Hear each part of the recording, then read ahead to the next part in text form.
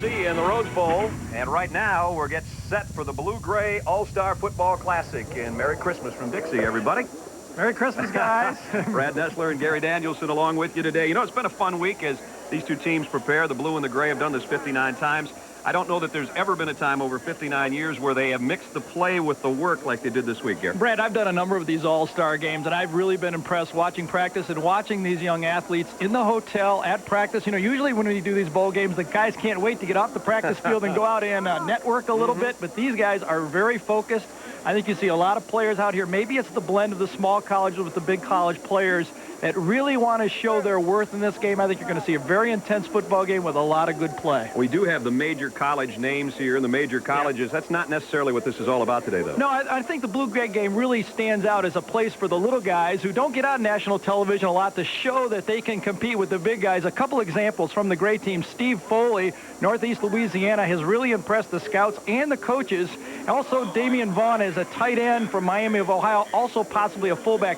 Kind of typifies the type of players that do well in this type of a game. Both coaches have said very cohesive groups that they have as we get set to kick this game off. Before we do, we go to the third man in our team, the elf on the sideline. Merry Christmas, Dean Blevins. Merry Christmas to you, and Merry Christmas to our viewers out there today. You know, the bowl season is here. 40 teams will be playing in bowl games this season, but there are 7 teams. We're calling them the less than magnificent 7, who are perennial bowl powers. They're represented here today. 3 of the teams, national champions sometime during the 90s. Miami, Alabama, Colorado all had championships in the 90s. Oklahoma, Texas on hard times, BYU, and USC. And what this tells us is that the parity is here, but also what's here are the great players from these big-time universities. That they are, and they're getting set to kick it off from the Crampton Bowl in Montgomery.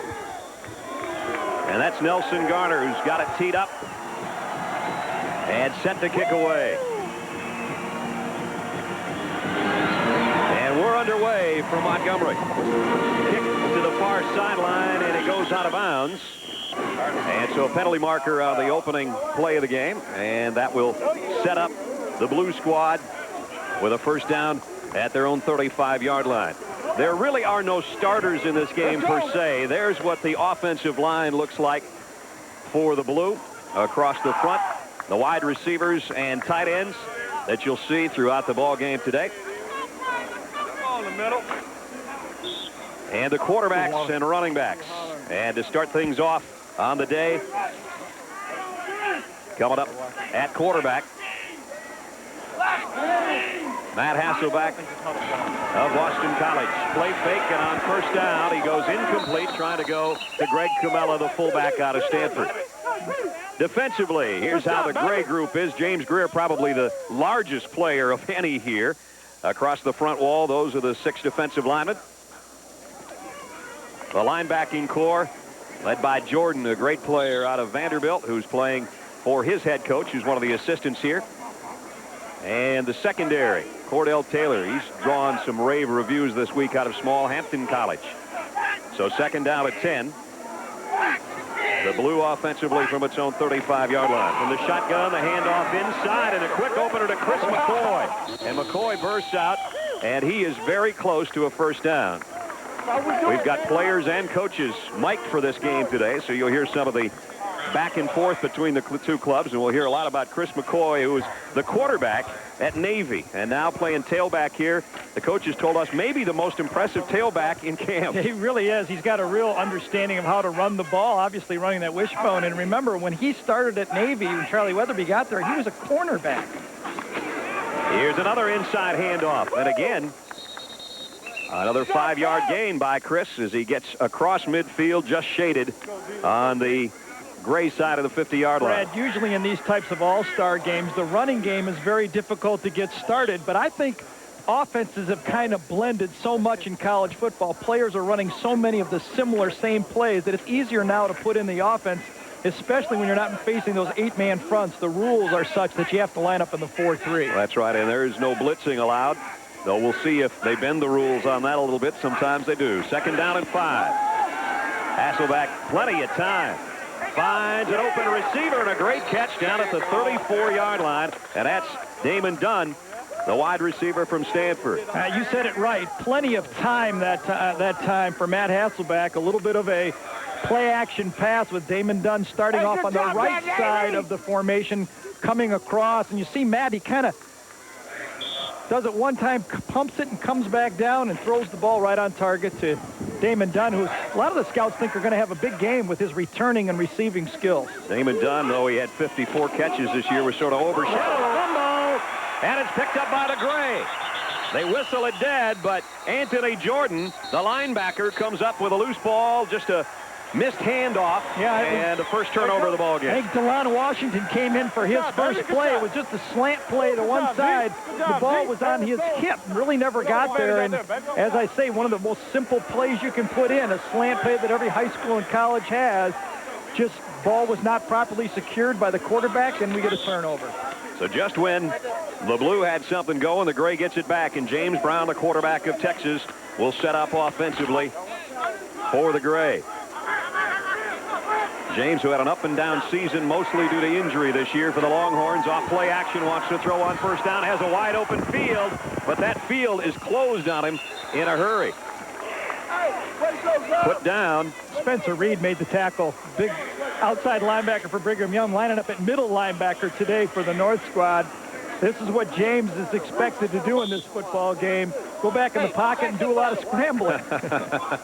Didn't scramble enough. Spencer was waiting for him. Cam Cameron, the offensive coach from Indiana, is the offensive coordinator for the Blue team. Second down and 11. Brown will try the play action pass again. It's a throwback screen, and it goes nowhere.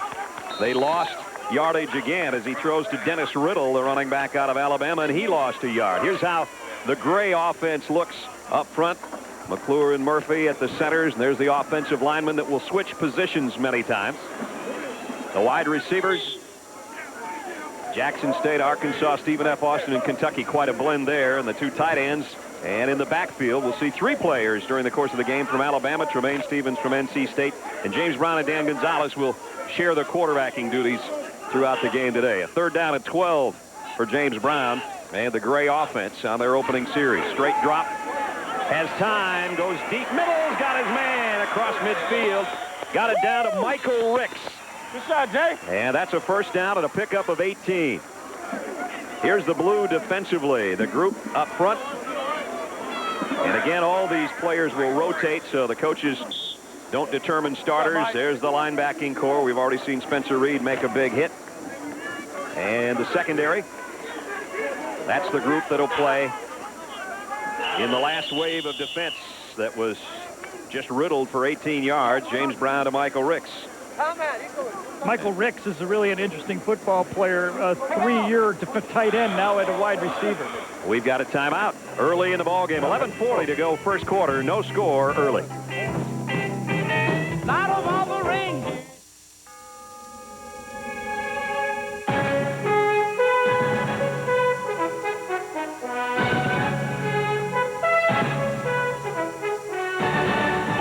Tough country out there. Danger lurks at every turn. Ride high in the Ford Explorer. 'Cause a man's gotta do what a man's gotta do. A Ford Explorer. So Nicoderm CQ is working for you? Oh, yeah. Yeah, I'm doing just fine, cold turkey. Oh, well, that's great. Oh, yeah. Hey, Jay. Yeah. Take a break? Oh, nice one. Come on, you know we quit for New Year's. Oh, wait, I'm coming. Jack, no. Just one cigarette. No. Why are you so calm? Because I got help. CQ, a 24-hour stream of medicine that's always with you, even when you first wake up. Helps calm the cravings, my friend. All right. Nicoderm CQ, the power to calm, the power to comfort, the power to help you quit. They were really growing up fast. Too fast. All Kelly talked about was going to high school, and all I could think about was paying for college. Sure, I played around with a few mutual funds, but I was no expert. So I started talking to someone who could help, a broker at Dean Witter. We must plan for our clients' future as if it were our own. Funny, kids think their parents always have the right answers. I'm just making sure I do. We measure success, one investor at a time.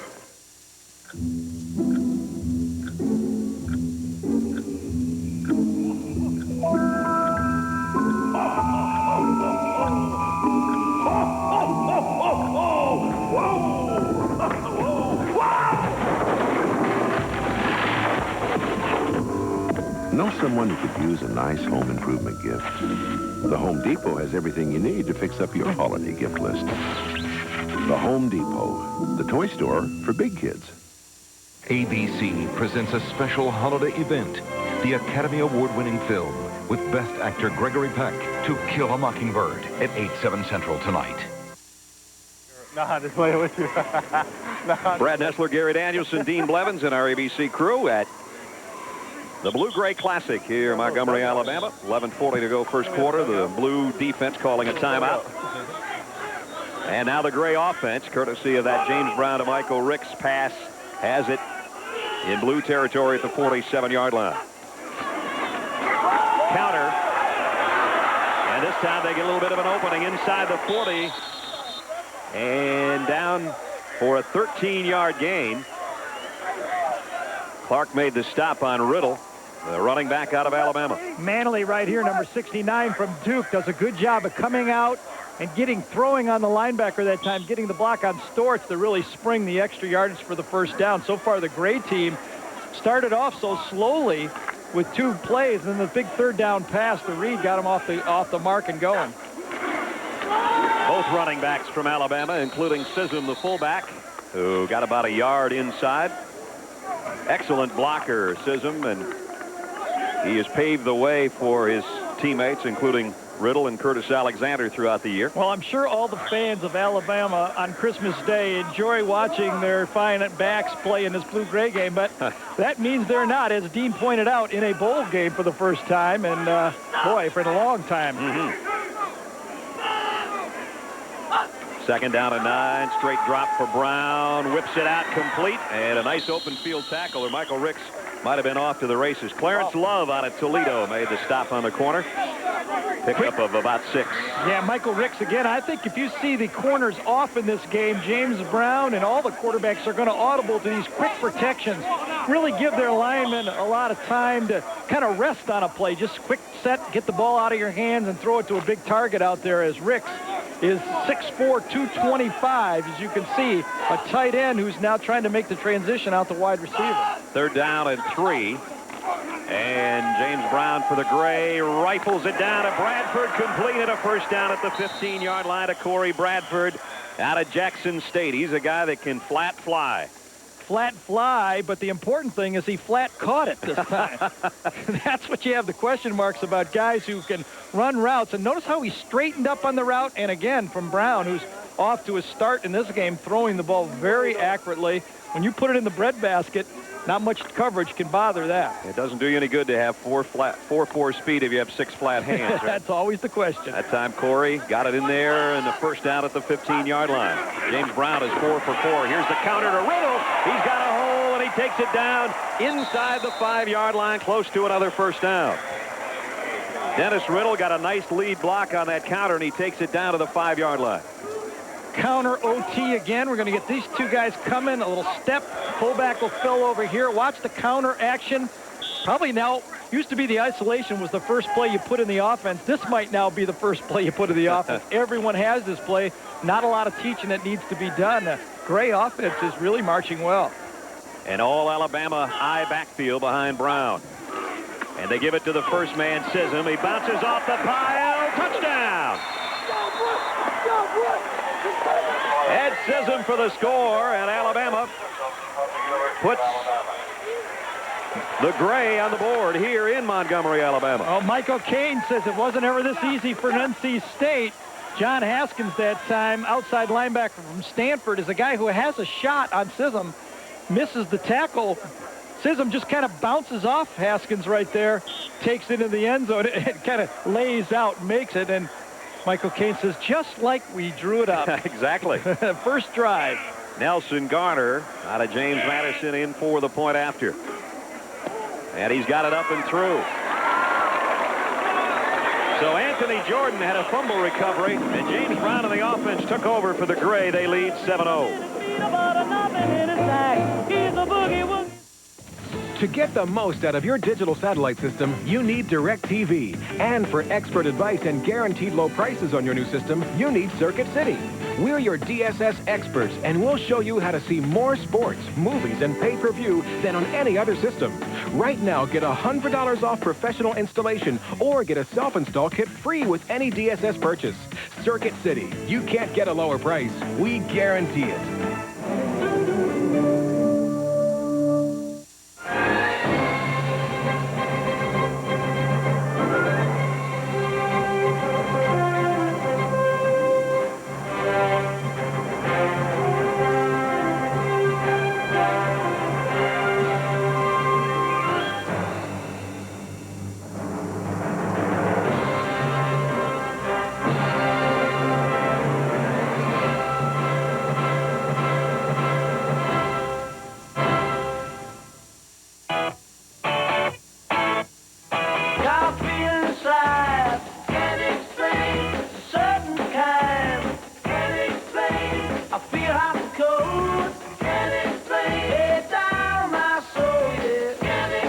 Competition can't explain how a car that broke all the molds still has enough power to keep blowing away the stereotypes.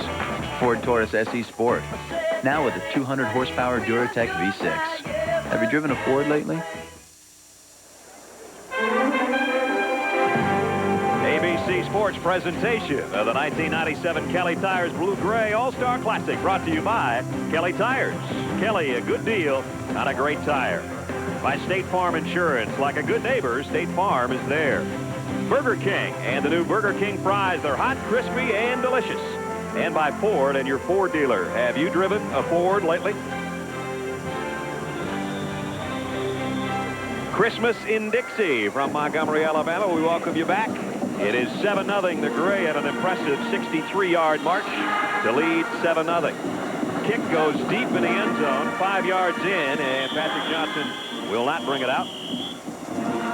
And so at the 20-yard line is where the Blue will go back to work. They had a pretty good drive going before their fumble down in Gray territory. Actually, neither one of the defenses have stopped anybody yet. It's been the mistake by the Blue offense. It's really the only reason the Chains have stopped in the game. Matt Hasselbeck of Boston College stays in there at quarterback.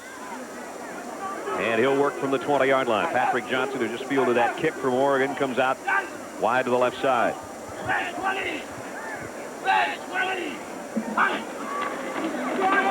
And straight up the middle. Quick opener and out near the 30-yard line. Nice romp by Tarek Smith of Cal. Isolation play right up the middle. The fullback is going to just load on the middle linebacker that time. Very simple when you have these 4-3 fronts. Everybody lines up where they're supposed to be. This is about how football was when I played it. Just line up where you're supposed to be. Tarek Smith of the Cal Bears got 9. It's second down, about a yard. Hasselbeck, quick drop, throws out to Johnson, complete at the 35. Nice stiff arm, a wicked stiff arm, and he gets out to the 44-yard line. Brad, I think the receivers for the North of the Blue team was probably, most of the scouts felt a lot of the talent was situated in those guys, and I think Patrick Johnson right there may be coming on stronger than anyone in the draft right now. He has simply had his best football towards the end of the season. Well, he had the MVP with 2 long touchdown catches in the Vegas Bowl, and he was a late arrival because of playing in that bowl. And when he showed up, the coaches said he stepped off the plane and knew what to do. Yeah, and people like that. Guys who know what to do right away don't have to have a lot of teaching. This is intercepted. Hasselbeck's throw picked off by Steve Phelan. And the local favorite who played his high school ball right here in Montgomery brings it back 22 yards. Phelan that time just baited Matt Hasselbeck into that throw. Very smartly stood with the tight end for a couple of strides. And then when he saw Hasselbeck change to his crossing route, anticipated, here's the crossing route guy going to come across. Now watch Phelan going to come into the left side of your screen. He's going to see Hasselbeck change his eyes and boom, steps right in front of the wide receiver, Tutu Atwell that time, and another turnover for the Gray. And James Brown goes back to work, and so does the Gray offense. They go down close to the 20-yard line.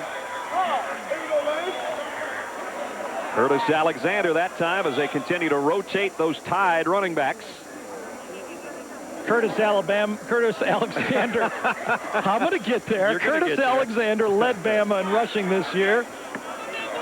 One of the 3 tailbacks, as Brad has mentioned, 3 running backs from Alabama in the football game. And, boy, you keep turning the ball over in any football game, you're going to have trouble. And the blue team is finding that out. James Brown, who's been brilliant so far in this game in the opening stages of the first quarter, drops to throw. Throws it out, incomplete, intended for Michael Ricks. And the ball got there before his break on the ball did. It'll bring up 3rd down and short. This was kind of a fade stop route to the outside that time to Ricks. Quarterback and the receiver have to really be in sync. This is kind of like a Herman Moore, Scott Mitchell type pass. You see the ball thrown behind on purpose, and Ricks kind of hit that spongy turf and kind of just fell out.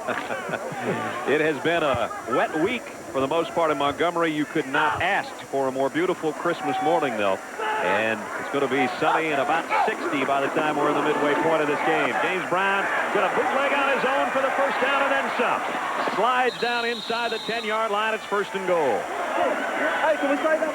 That's what he did so well when healthy for John Mackovic in Texas. We really never saw him healthy. The games we saw him, and John Mackovic, I think this year really suffered by not having a healthy James Brown in a senior year as he tried to get outside very simply around Carl Hansen that time. And, hey, he's got that NFL slide down really well. He's got that part.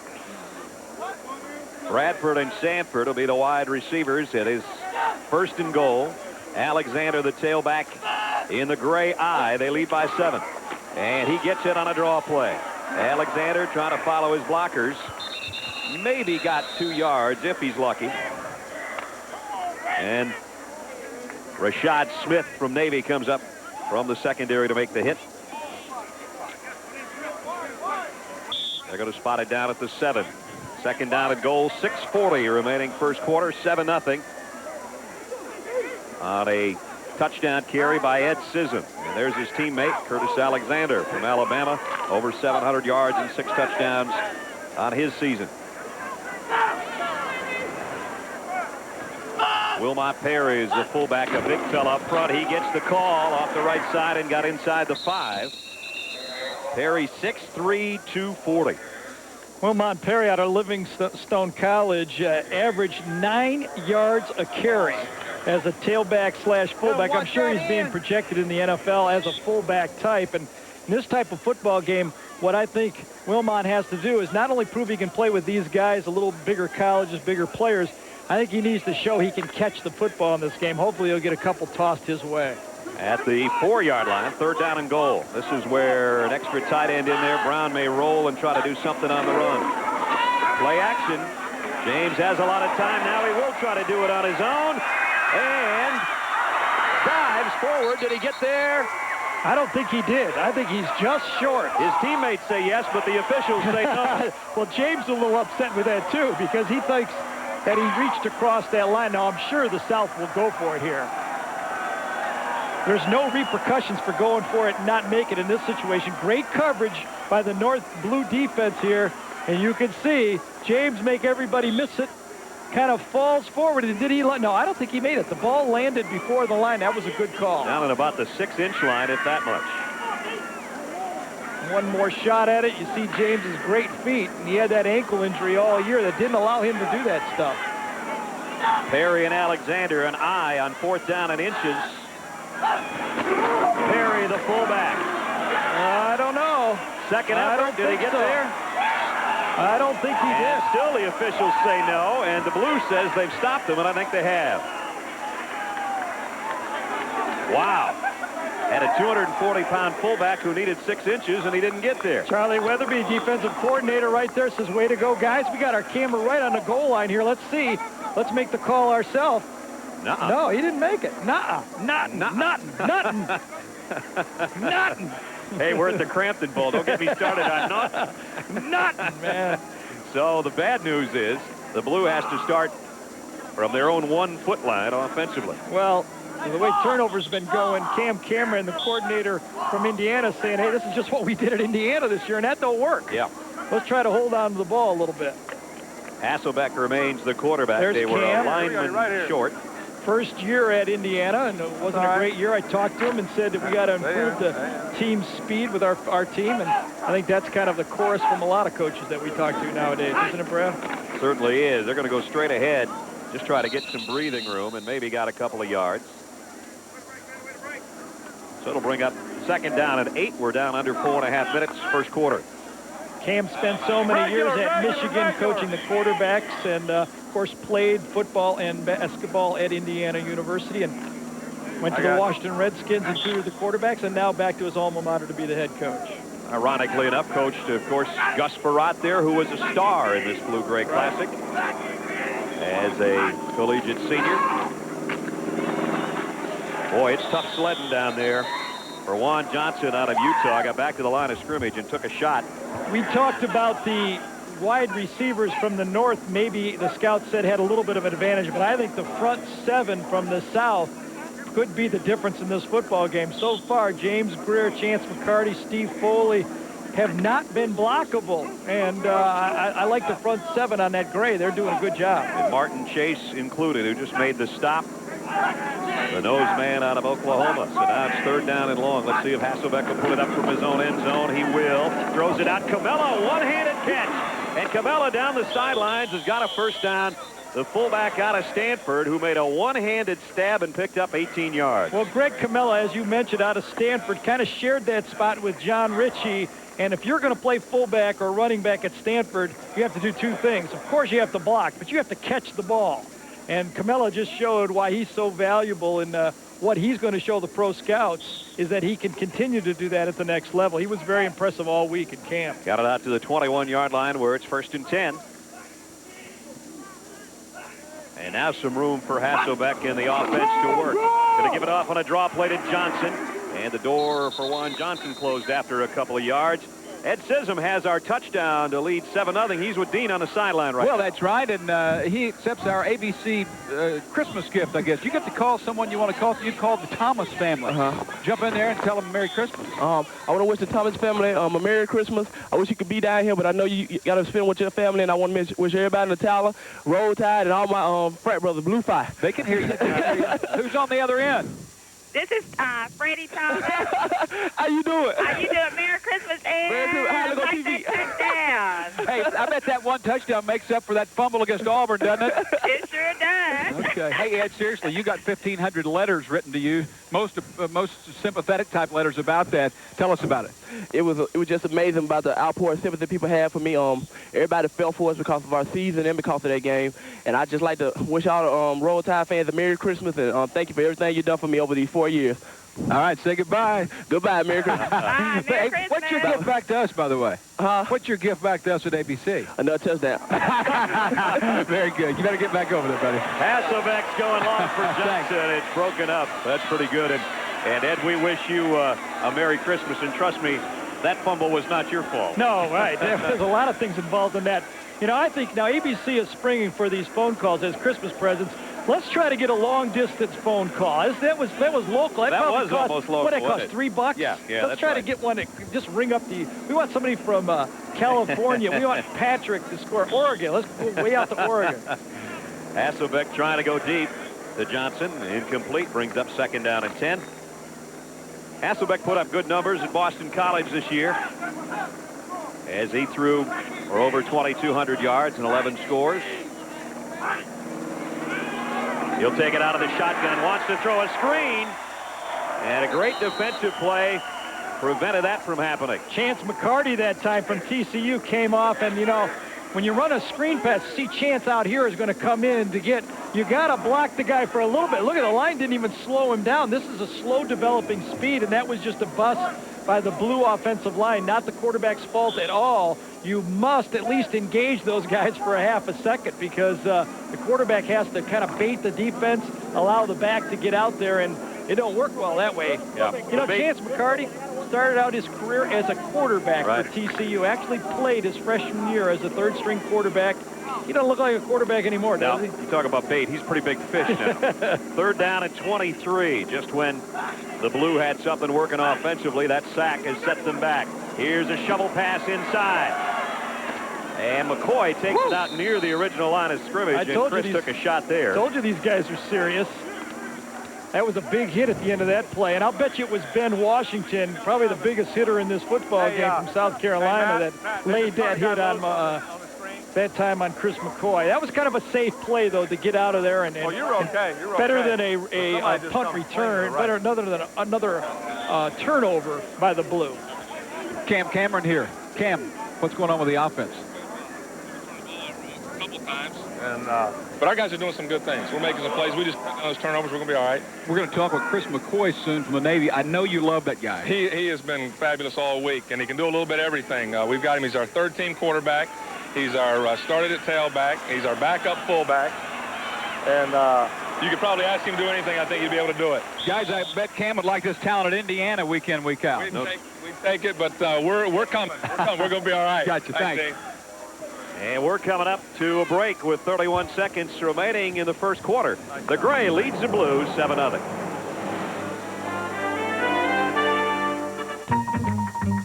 You say either, I say either. I say neither, you say neither. Either, Either, neither, neither. let's call the whole thing off. You like potato, I like potato. I like tomato, you like tomato. Potato, Potato, tomato, tomato. let's call the whole thing off. Call everything off and go exploring in a Ford Explorer. Holiday greetings from Budweiser.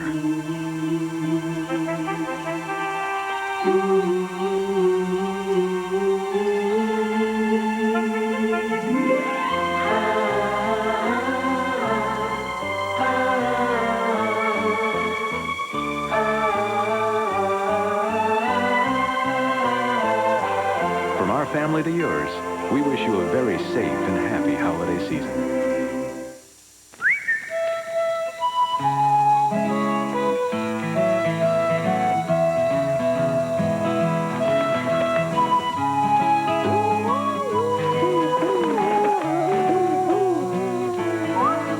Sing too when you try Chili's Ranch and Filet. A beautifully carved 8-ounce tenderloin, slow grilled to perfection and placed on awesome blossom strings. Served with skillet potato cakes and grilled veggies, only at Chili's. You don't know it yet, but you've just been bumped down the food chain. This January, pray. ABC Thursdays. Now, this obviously means that somebody else did the artwork, because Skio Sanford couldn't have possibly drawn a Christmas tree on the back of his socks. No, you can't do that. No. That's impossible. He just did return that punt, though, out to the 21-yard line. And new quarterback, Dan Gonzalez of East Carolina, comes in to take over for the Gray, as he and James Brown will rotate. And he comes up trying to throw and gets hit from behind on the opening play for him, and as Ryan Olson come flying around the corner from Colorado and let him have it. There's the numbers on Gonzalez this year. Dan Gonzalez, Brad, is here we go. third quarterback in a row out of East Carolina that's been very successful.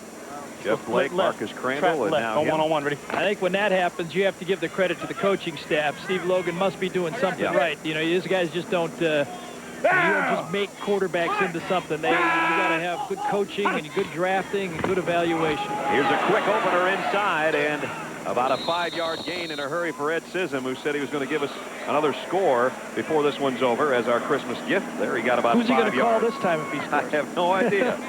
Coming up on Thursday at 1 o'clock Eastern, it is a New Year's Bash. The CompUSA Florida Citrus Bowl, Penn State and Florida. That's where we'll be at 1 o'clock in the Rose Bowl. Undefeated top-ranked Michigan and Washington State. And then the Sugar Bowl will follow, Florida State and Ohio State. So kick off your day with a Tournament of Roses parade, and then we'll bring you that triple header on ABC Sports. First quarter comes to a close in the 60th Blue-Gray Classic. And right now, the Gray in command, leading 7-0 at the end of one.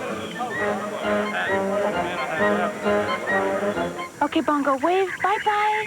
Bye-bye. Come on, he's never gonna get it. Will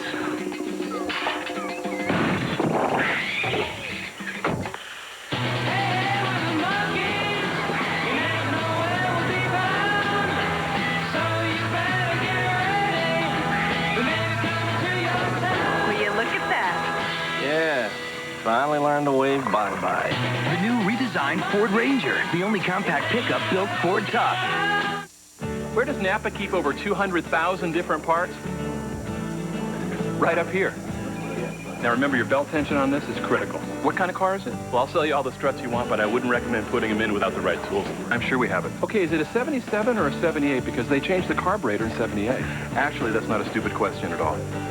I know what it used to be. You don't stay at Napa long handing out the wrong answers, and I'm not planning on going anywhere. America running. Susie, you're on. Burger King is introducing incredibly delicious new fries. A special guest is about to read. Here he is. Let's see. Oh, on behalf of Burger King, it's a privilege to introduce the fries that'll change history. The crispy new Burger King fries beat McDonald's fries in a nationwide taste test. Thank you. Mr. Potato Head. My client has spoken. Wow. Excuse me, sir. Mr. Potato Head, for the record, is that your real name? You're watching ABC. Saturday, December 27th, D-Day in Denver. Broncos and Jaguars, the wild card grudge match. These two teams haven't met since last January when the Jaguars knocked the Broncos out of the playoffs. Only one team moves on, the other stays home. And if you're staying home, there's only one place to see it. 7 News Saturday at 2. It doesn't get much better than this. I'm Tony Zarella. Stay with 7 News after the game for immediate reaction from both teams. We're going inside the locker room, and you'll see it live Saturday at 7 News after the game. Happy Hanukkah from all of us at 7 News.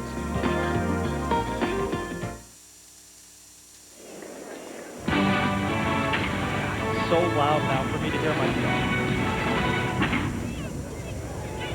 Kelly Tires Blue-Gray Classic from Montgomery, Alabama, and the Crampton Bowl. We welcome you back. Brad Nessler, Gary Danielson, and Dean Blevins, and our ABC Boy, crew. that guy went to a lot of expense to make that one, didn't he? I think he got that one at the grocery store on the way over. Put in the garage and grabbed a little Christmas present. Yeah, that's right. Just cardboard will work with us. We're not fussy. Third down along 5 for Gonzalez. Steps up, got leveled as he let go of the ball, and Sanford made the catch at the 40. Come on now, Lonnie. Well, Dan stuck in there pretty tough, and he delivered a shot and took one after the pass. Kyle Sanford that time. Watch the coverage from Joey Ealons this time from Indiana. Let's go. That's as good as you can cover it, but when the ball again is thrown well, even though Gonzalez was under a lot of pressure that time from Vigor, you can see that the ball can be completed. And I've always felt that way, Brad. You know, you put a lot of brush on me, but if I got a good throw, I can complete it no matter how tight the coverage is. Vidger and Jefferson and Hanson and Perry trying to put some pressure on the quarterback who delivered. Here's a play fake. Wants to throw out in the flat. He does. Oh! Now there's the collision. Schulters just said hello to Ed Sissom. Ed Sissom just popped right up, though, and that's what you love. Lance Schulters says, you know how we hit at Hofstra? Watch this. Was that the corner? It was a little bit of a fullback in the flat. Schulters is up covering the wide receiver. Now watch it. Oh, my. Wow. Merry Christmas. You know, see, Schulters wanted to make the first phone call. That's why. The first defensive phone call. We might have to give a phone call for that, don't you think? That was maybe a 911 call he just put on Sissom right there. Oh, what a hit. 2nd down and 7. Ed did get 3 yards. Paid the price for it. Big deal. From the 43, here's a toss. End around, upcoming. Bradford comes around the corner, puts his head down, and only got about a yard for all that work. He only got a yard because Carl Hansen that time, the all Pac-10 defensive tackle from Stanford, just stayed at home and just waited for his defensive guys to react and come back and made the play that time. Number 92, Hansen, inside type of rush guy. Not going to just wow you by his plays from the outside, but it's just a solid workman-like job that he did for Stanford for 4 years. You see some of the helmet stickers don't necessarily match the team that those respective players have spent their last 4 years with. I kind of like that lightning bolt on the Stanford hat. Doesn't look bad. Why do I believe Ty Willingham will never buy that lightning bolt, though? 3rd down and 6. Gonzalez has it swatted down at the line of scrimmage. Nice defensive play there. Abagu from Maryland made the hit. Abagu lined up at defensive end right that time and just kind of worked his way inside. working against this time Patrick Manley from Duke, and just kind of gets a little bit too much ground given up, and that's what the scouts are going to look at. Don't just keep your guy in front, but you have to stand your ground. So many quarterbacks nowadays are taking 5-step drops that the offensive line has to stop them and give the quarterback room to throw. Butcher with a punt. They call a fair catch. Is it going to make the end zone? Maybe not. No. Rolls dead on the 1-yard line. A 55-yard kick. The 3 players, I think Phelan was one of them, just ran right by that ball, and they all just dove out of the way at the last second to keep that ball into the 1 or 2-yard line. Merrick Butcher, a great punt with 12:41 remaining in the first half. The gray in front of the blue, 7-0. And for the second time today, we have a team having to start huddling in their own end zone. Not necessarily a good sign. Yeah, the blue team has not had the great field position. First they had the turnovers, and now 2 straight times they start off their drives from inside the 5-yard line. Now, Brad, one of them was because they made a great defensive play, but this one was obviously a very good punt. Corey Sauter from Minnesota will take over at quarterback. Big fella, 6'4". And he'll give it off to Camella, the fullback from Stanford, and Greg got it out near the 4-yard line. Maybe got a couple on it. Corey Sauter with his numbers. Well, Corey, the least impressive of his last 3 years. Absolutely. Really. Corey Sauter obviously was under a passing attack for 3 straight years, and then with the change in coaching staffs this year, it went more to a ground game. He did what he could with the offense this year, and Corey Sauter, this is an important type of football game for him to show that he can come back and put up numbers against in an all-star game like this, and remind everybody what kind of numbers he had coming into this year. His best year was an 18-touchdown, 2,600-yard year under Jim Wacker. Here he is off play action and throws, and that's going to be a safety. Absolutely going to be a safety. Not much reason why he shouldn't have done that, because he was going to go down anyway on that time, because Chance McCarty, again, came from the outside and just beat his offensive tackle to get the 2 points. Now, does he get a call? He's going to have to get a call. He gets a call. He's got 2 sacks, Number including 91, this one for 2 points. Working his way in this time. Gets the safety, and you can't blame Sauter this time for trying to get rid of the ball here and save some points, because he knew he was going down. Mike Edwards is the guy who got beat on the play. So it's 9-0. The Gray out in front, courtesy of Chance McCarty, who by chance has 2 sacks already. 11:47 to go in the half. That's right. It is 180 degrees from expected. It is a leather-trimmed interior. And now, it ties as J.D. Power & Associates' most appealing minivan. The new Chrysler Town & Country LXI. Built on the belief that great cars appeal to a more passionate side. And now, it's available with $1,000 cash back or a very special low lease rate. Chrysler, engineered to be great cars. Here's to the weekend warrior in all of us, pushing our bodies beyond the norm. Mercifully, there's an advanced medicine called Advil. When the pain sets in, and it will, Advil works fast, right at the site of muscle pain, stopping it where it starts. Muscle aches to headaches, Advil relieves all kinds of pain. Advil simply lets people do what they love to do.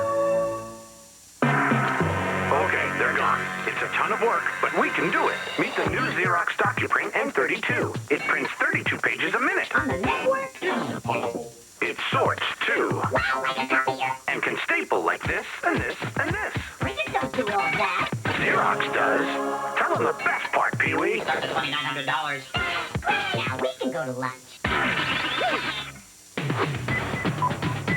The Document Company, Xerox. Life isn't just measured in days or years. It's measured in doorways and walkways. Or a favorite sweater, long outgrown. At State Farm, we give our policyholders a yardstick of their own. It's called the Family Insurance Checkup. It helps them measure their own needs and pick the coverage that's right for them. So call your agent for a checkup. Because insurance, like other things in life, is something you never want to outgrow. Like a good neighbor, State Farm is there. 1 week from Monday, the practice moves to Mondays. Want to come along? 9-0, the Gray leads with 11:47 to go in the half. We're going to be heading down for a special phone call here in a minute. Gary asked for, and he always gets what he wants. They do just kind of jump, don't they? Yep. This is kind of a great position. You just kind of demand things, you know, on the air.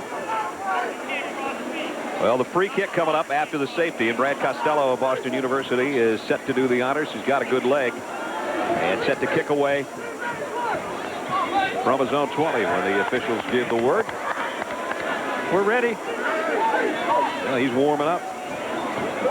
Return man back at the 20-yard line. I wonder why these guys aren't getting a running start for the Blue Squad. They're just kind of lined up right on the line. Now we're set. Free kick. Had a pretty good one.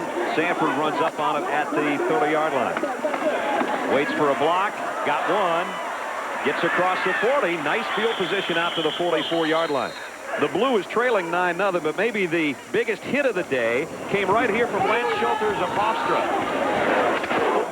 And I think Lance gets a phone call, Dean Blevins, for that hit. You bet it does. And Lance just sort of like the Ghostbusters movie. Who are you going to call? It's our birthday gift to you. I'm going to call my family in Brooklyn to talk to my wifey, Sharice. Sharice, there you go. I bet she's there. Yeah, Sharice, do you see that hit? I told y'all I was going to do it. Lance. Number 1 right here, Hofstra in the house. Hello? Yes, Sharice, go ahead. Hi, Lance. Hey, what's up, girl? You seen it? I told y'all. I was going to hit one of them hard. That's for y'all, all right? Sharice, Tiana, Unique, hey, what's up, y'all? Sharice, you proud of your man here? Yes. Well, tell us something about him. What makes him special? Tell us something you wouldn't want on national television. What you said?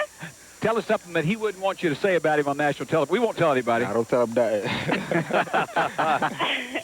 All right, dear. Thanks a bunch. And you're from Brooklyn? In Brooklyn, New York. Yeah. So at least we got a long-distance call. The guy you hit, it says I'm just down the road here in Alabama. That's right. I told him I was going to do it, too.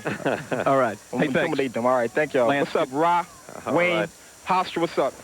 Lance and Sharice Schulters, and a big hit Lance put on a few minutes ago. His wife just giggling through her call on national television. And here's Michael Ricks, his second catch of the day, and I think he's going to be very close to the first down. Michael Ricks has been very impressive in this football game. You know, the scouts had said he's got that Herman Moore type size, and obviously he has the height. I'm not quite sure he has the type of jumping ability and running ability of Herman Moore, but he's catching the ball well. That terminology has been thrown around way too much with guys that are 6'4" and 6'5". Everybody that's over 6'3" now is a Herman Moore, and everybody under 5'8" is a Barry Sanders. That's right. And there aren't too many of those to go around. There are not many Gary Danielsons out there, though, you know. Thank goodness. First down at the 45. Here's a toss. Riddle's got an opening. Cuts back against the grain, and he's got 13 yards. Dennis Riddle riddles into the secondary of the Blue and got a first down for the Gray. Curlin Blaze from Miami that time. Good block right here at the end of the line of scrimmages. Reaches out, toughest block a tackle has to make. Reaches out and then just throws his legs across and gets the big hit to really turn the corner there, and that's the reason that play worked.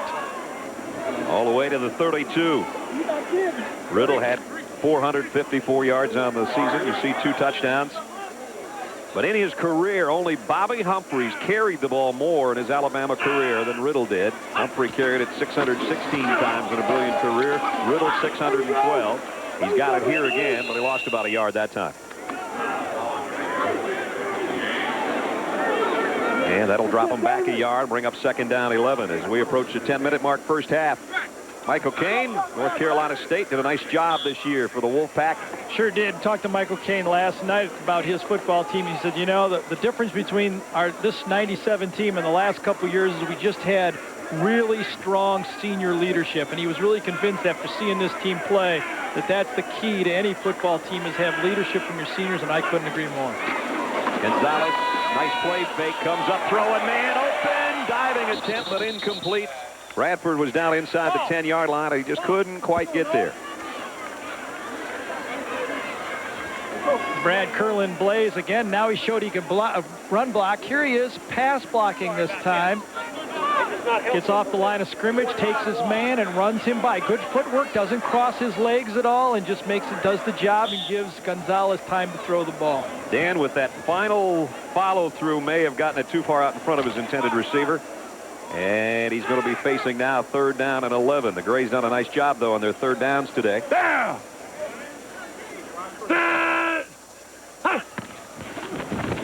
Play action again. And now scrambling out of the pocket inside the 30 to the 29. David Vidger that time from Navy, the defensive tackle, knocked that thing down, and Gonzalez got a completion. He completed that one, and Jefferson finally brought him down at the end of a strange play. David Vidger, number 70, right there. A lot of guys are comparing to a Chad Henning type guy. Maybe that's because he's from one of the academies, but the scouts have been impressed with him. And, Henning kind of got a little relief because he was too big to fly in the jets. That's right. I think those battleships are big enough for Vidger to fit in, don't you think? He might have trouble using that excuse. Nelson Garner's going to try a 46-yard field goal. The kicker out of James Madison. Gonzalez to hold. Kick on its way. Just missed off to the left. Well, the blue is surviving. They have made a lot of mistakes, but they're holding in there. This could easily be 17-0. With 8:45 remaining in the first half, 9-0 is what it remains. The Gray in front. Jack, Larry and I got an extra ticket to the game. Oh, Kathy's out. I got the kids. You got the kids? That's what he said last time. Tell him to get his mother to sit. Have your mother sit. We'll be there, too. What? Kelly Springfield tires are designed to go a long We'll way. be fine, Jack. Go on, go on. And we've got the warranties to prove it. So go. So where's your stuff? What stuff? You didn't tell him. Tell me what? It's an away game. An away game. Yeah, relax. It's only Toronto. Kelly Springfield. Get every mile you can out of life. Canada. Some decisions are harder than others. The Chrysler Sebring LXI Coupe or the Sebring Limited Convertible. For the passionate side, fully independent suspension, speed-sensitive steering, multi-valve V6, and a luxurious leather-trimmed interior. The practical side, lease the convertible from just $299 a month. And on the coupe, get $1,000 cash back and luxurious leather at no charge. Some decisions are easier than others. Chrysler, engineered to be great cars. We asked some of Hollywood's hottest stuntmen to try Degree. What's body heat activated? As your body heat rises, Degree releases extra protection when you need it most. I heated up, and it cooled me down. I was on fire, and I was dry. Body heat activated Degree. Your body heat turns it on.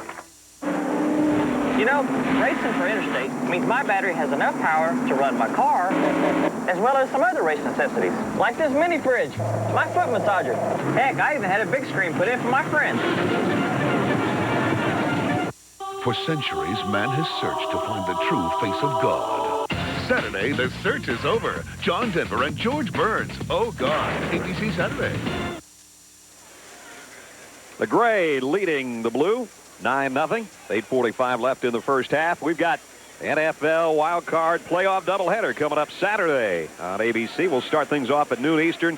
We kick off the first of 2 games. The Vikings and the Giants will get things going. Minnesota on the road.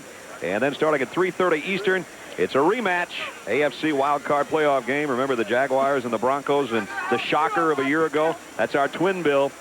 Playoff time on Saturday on ABC Sports. It is another beautiful Christmas. It is absolutely gorgeous in Montgomery, Alabama. You can see some people in just shirt sleeves. The jackets are light.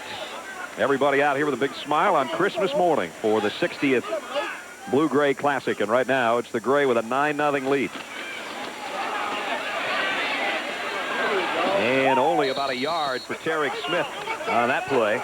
And Steve Phelan again is Johnny on the spot. The Virginia strong safety playing in his hometown has already had an interception and comes up and reads that. I think that's what Steve does so well, is read the plays quickly and get to the ball. He's in grad school. He's no dummy. He played at Trinity High School right here in Montgomery, as you mentioned, and won the Jim Tatum Award as the top student athlete in the ACC this year. So smart and great football savvy. He's shown it already today. 2nd down and 8. And Smith this time's got a quick opener up the middle. He's going to have a first down across the 40-yard line. And the 5'10" tailback from California picks up 10 and a first down. Let's go down to the sideline. Dean Blevins. What do you think, guys? How's it look in the South? All right. There you go. The lay is, you know, I did the Aloha game the last 3 games. I guess I couldn't get used to not having this lay. Actually, the halftime performers from Hawaii are going to, they gave this to me. Coming up after this ball game, the great football game I think that everyone will enjoy. Michigan State is taking on Washington. And Brock Huard should be a dandy. That comes up minutes after we finish here. That could be Brock's final game in a Husky uniform as well, as Tarek Smith from the Pac-10 as well goes down with a penalty marker down as he gets across the 50-yard line. And a holding call is going to bring this back. Well, it was a good hold, though. I mean, it showed a lot. That time we talked about the smaller college guys, and Miami, Ohio might not fall in the smaller college, but Damian Vaughn right here shows his balance and quickness. He's a 4.6 40 guy. Now watch him get on Phelan this time, keeps his feet wide, just keeps in front of him, and then he holds like all good tight ends. If you have a tight end that can't hold, you cannot play in the next level. Who are your best holders, Charlie Sanders and Ozzie Newsome? Charlie Sanders used to hold inside, and that was really good. You didn't get caught. But Ozzie Newsome, he was blatant. He used to have to ice his hands after the game, and it wasn't from my bullet passes. I'll tell you that. Injured player down gives us a chance to remind you that you should tell us what you think. Who should be #1 if both Michigan and Nebraska win their respective bowl games? You can decide. You can vote now on America Online. Keyword ABC Sports. Brad, a lot of people are talking about maybe a little sympathy vote for Tom Osborne in Nebraska should they win, but I don't think that's going to happen. I think Tom has got his national championships, and Michigan, should they beat Washington State, I don't think I don't know. What do you think? I don't think anybody's going to pass Michigan by this year. They've had too good of a year. Terry Rice Lockett was the guy that was shaken up, the sensational linebacker out of Louisville, and he comes off under his own power. It's a good sign. Now Corey Sauter will work first and 13 with the penalty. Out of the shotgun, throws the slip screen to Patrick Johnson out of Oregon, and he's got it back across the original line of scrimmage, and that's about it. Patrick Johnson that time on that slip screen was brought down by Sean Barber out of Richmond. One of those guys that the scouts are really interested to see. He's got great speed. He's a 4.4 linebacker type, and he's one of those guys that played at a smaller college at Richmond, but like a Dexter Coakley last year in this football game, really made a name for himself. Corey Sauter is 6'4", 220-pounder. Out of Minnesota, gives off Chris McCoy. And Chris bounces off, and he's across midfield. McCoy off to the races down the sideline. He's inside the 20 before he's finally run out of bounds by Cordell Taylor. And the little guy out of Morris, Georgia, down in the southwest part of the state, who went on to star as the quarterback at Navy, rips off the long run. It's one of those situations where you got to hear the whole effect to really appreciate how big of a hit this was.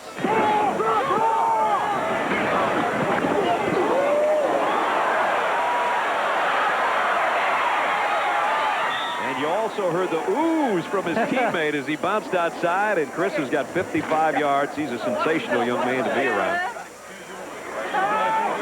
Brad, I think how that happened, Ben Washington, the big hitter from South Carolina, tried to come up and just kill McCoy that time and didn't wrap him up. The 17-yard line, now it's Juan Johnson. He's got a yard or two inside. Dean Blevins with the guy that got him down inside the 20. Dino? Yeah, my man's a little bit slippery here. You're really a natural running back, a terrific job quarterbacking Navy, but a great day for you so far. Yeah, we had a lot of fun here, a lot of opportunities, a lot of good looks. Got a great offensive line player. I just like to play ball and just want to go out and play. This guy is one of the classier guys we've run across in years, a yes sir, no sir guy. And you told me yesterday it's not easy for you to go in a huddle. Now being a running back, you're used to calling the plays as a quarterback. Tell us about it. Definitely, it's pretty tough. I want to say something. If it ain't nothing but good job, let's go. To get them pumped up, I have to say something when I go in there. All right, this guy says he's hoping for an NFL job, and we'll see if he can get it. Heck of a college player. Well, both the quarterbacks I work with have a hard time keeping quiet, too. Incomplete on a pass on a slant thrown to the end zone and broken up at the goal line. But I'm always real succinct. Yes. You know what I say? No rambling at all. Chris McCoy, we were talking with Charlie Weatherby, his head coach, about him last night. The game that he put on against Army, he rushed for over 200 yards and 5 touchdowns, and he also was 6 out of 10 passing for another score. Yeah, and finally they were able to beat Army. Right at the end of your career, be able to win that last football game has got to be a big thrill for him and his teammates.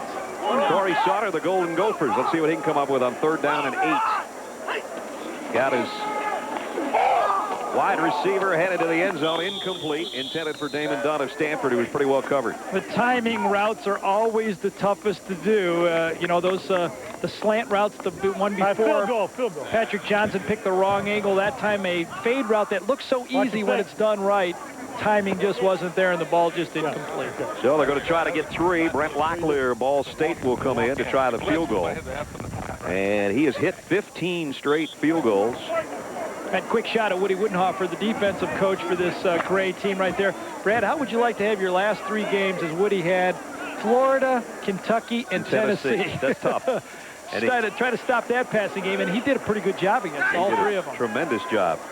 33-yard field goal attempt. And Brent Locklear's got it up and good. So. All right, nice job, D.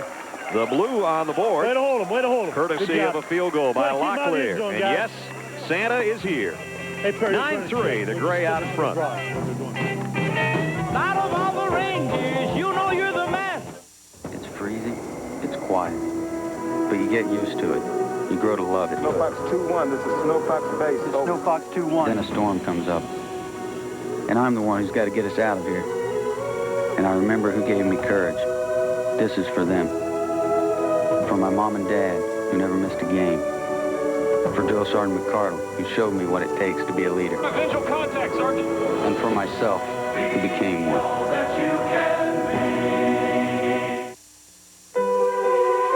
Greg Lambert isn't too worried about how to invest for Zach's college education. That's because he works with a broker from Dean Witter. Together, they developed a long-term investment plan to help take Zach wherever he wants to go. Clients feel most comfortable with our ability to see things from their perspective. Now, when Craig looks into his son's eyes, he can see the future and smile. Dean Witter. We measure success, one investor at a time.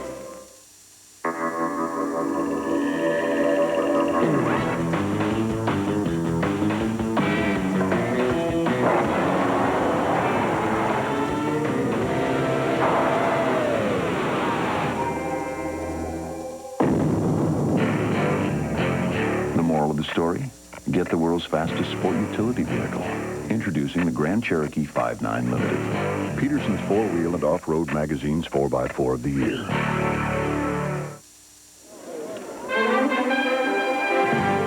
ABC Sports presentation of the 1997 Kelly Tires Blue-Gray All-Star Classic brought to you by Kelly Tires. Kelly, a good deal on a great tire.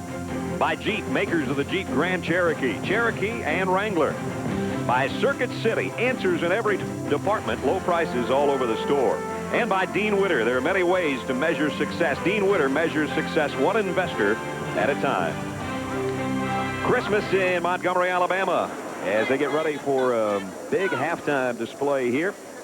And we are 5:32 away from intermission with the Gray leading the Blue 9-3. Brad, with the new rules in the National Football League that players have to kind of work their way on the squads with special teams, all the players and the coaches even commented to us that they were all willing and ready to do special team assignments today, even going up to the coaches and making sure they were out there. You know, they know that's their ticket on the into the NFL is by making an impact in the special teams. Absolutely. Costello to kick. And it's an onside-er. It did not. Yeah, it went 10 yards. Yes, it did. It traveled 11 yards. But it didn't work. Didn't work anyway. Nice stop that time. Great reaction by someone down there. I didn't see exactly who it was. Might have been Singleton out of Tulane, yeah. He was just leaning back and just kept his eyes forward enough to make the play and recover that ball, which is, we've seen a number of those work. Yes, we have, especially the ones where the kicker does it himself. Yeah. Tonight on ABC, special Christmas treat, one of the most impressive films ever made, featuring an Oscar-winning performance by Gregory Peck tonight. It's To Kill a Mockingbird on ABC, 8 o'clock, 7 o'clock Central Time. If you've never seen that one, check it out. If you have, you'll probably want to watch again. On first down, they try to set up a screen off play action. James Brown held onto it to the very last instant and try to go to Curtis Alexander. And I've really been impressed with Ryan O'Neal so far in this football game.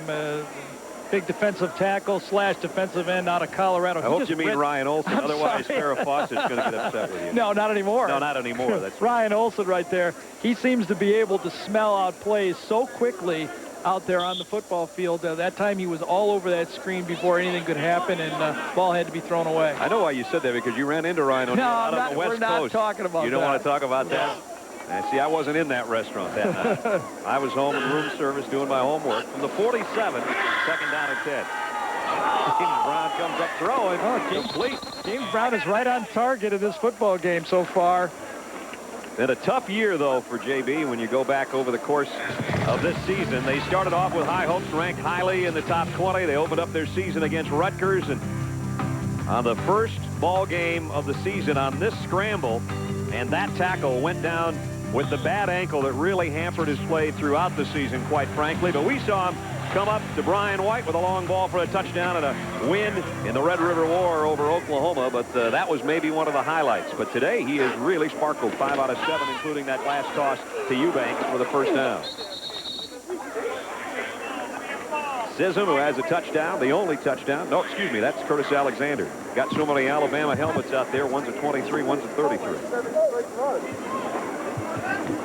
And James Brown, who broke all the Texas passing records over the course of his 4-year stay. 24 Texas single-season or career marks that he broke. Threw for over 7,600 yards and 53 touchdowns. You know, talking to John Mackovic about James Brown, I asked him, and John paid him the ultimate compliment. I asked him if he kind of didn't fit the mold of a John Mackovic type quarterback. And I said, John, would you recruit another guy like James? He said, absolutely. He does everything I need to do in my offense. He might be the kind of guy that you look at as a mold breaker, because more and more coaches we talk to say, you know, it's nice to have that 6'5" guy that can stand in the pocket, but if you can't move around, you better have the greatest line in the world. Yeah, you really have to be able to react quickly, number one, if you're a quarterback. You know, the things that the Peyton Mannings and Dan Marino and Ryan Leaf do is read things quickly. And then the next thing you have to do is you have to be able to move quickly. And you can see James Brown has a great blend of both. Eubanks and Bradford will be his wide receivers as Mike O'Kane looks on at a 3rd down and 5. Big cushion to the top of the screen up there, 10, 12 yards on 3rd and 5. That's where Brown is looking, and he throws over there, and it's tipped a little bit and incomplete. I don't know if it was tipped or not, but on 3rd and 5, James saw the same thing I did and threw the ball right there. Maybe Rashad Smith didn't get a hand on it, but I thought the ball trajectory changed just a little bit. Watch and see if number 32 from Navy gets a hand on this one. Well, the way the Navy guys are going so far, Oh, it did. You're right. You are correct, sir. Boy, it's a good thing you stayed in bed last night. Yep. You know, well, I was waiting for Santa. Because you were all over that one. I had one eye open all night long. Rashad Smith from the Naval Academy, like his comrade Chris McCoy, comes up with a big play. And it brings up 4th down and 5. It's kind of no man's land out there, not a field goal area, and they're going to go for it here. Brown drops over the middle, and Ricks had a hand on it, but couldn't pull it in. And Joey Elam's from Indiana that time was under the coverage, and ball was thrown a little bit too high for Ricks, and that blue defense has hung in and kept this 9-3 here with just under 4 minutes to go in the game. That was Keo Sanford on the other side, and he was running deep and pretty well covered. So now it's time for the gray to play defense, and Corey Sauter in the blue to play offense. Sauter so far hasn't gotten much going. No, what does he got? 1 completion so far in the football game, but this is the situation that you like as a quarterback, a 2-minute drive with 4 minutes to go. That's the best thing you can have. And here he is off play action. Has to scramble around, and down he goes. Sacked again. He was sacked in the end zone earlier. Protection was pretty good that time, really. The coverage was such that Corey had to go down, and Steve Foley, the guy we talked about in the open, finally showed what the scouts like about this guy. He is kind of a tweener, you might say, between a defensive end and an outside linebacker, but if you can rush the passer, you can play. Well, he led the country in sacks 18.5 times, brought down the opponent's quarterback, so he has a good nose for the football. And, you know, if you line him up at linebacker, he just overpowers running backs. You have to put an offensive lineman on him. 2nd down and 12 with 3 to go in the half. Play action out of the shotgun, and Sauter's buying himself some time, and he goes complete. It looks like it's going to be a first down to Pollock, the tight end out of Boston College. Nice job that time by Sauter. He came out trying to hit the back in the flat, covered. He bought time and waited for Pollock to cross the pattern, cross the field, and make the completion.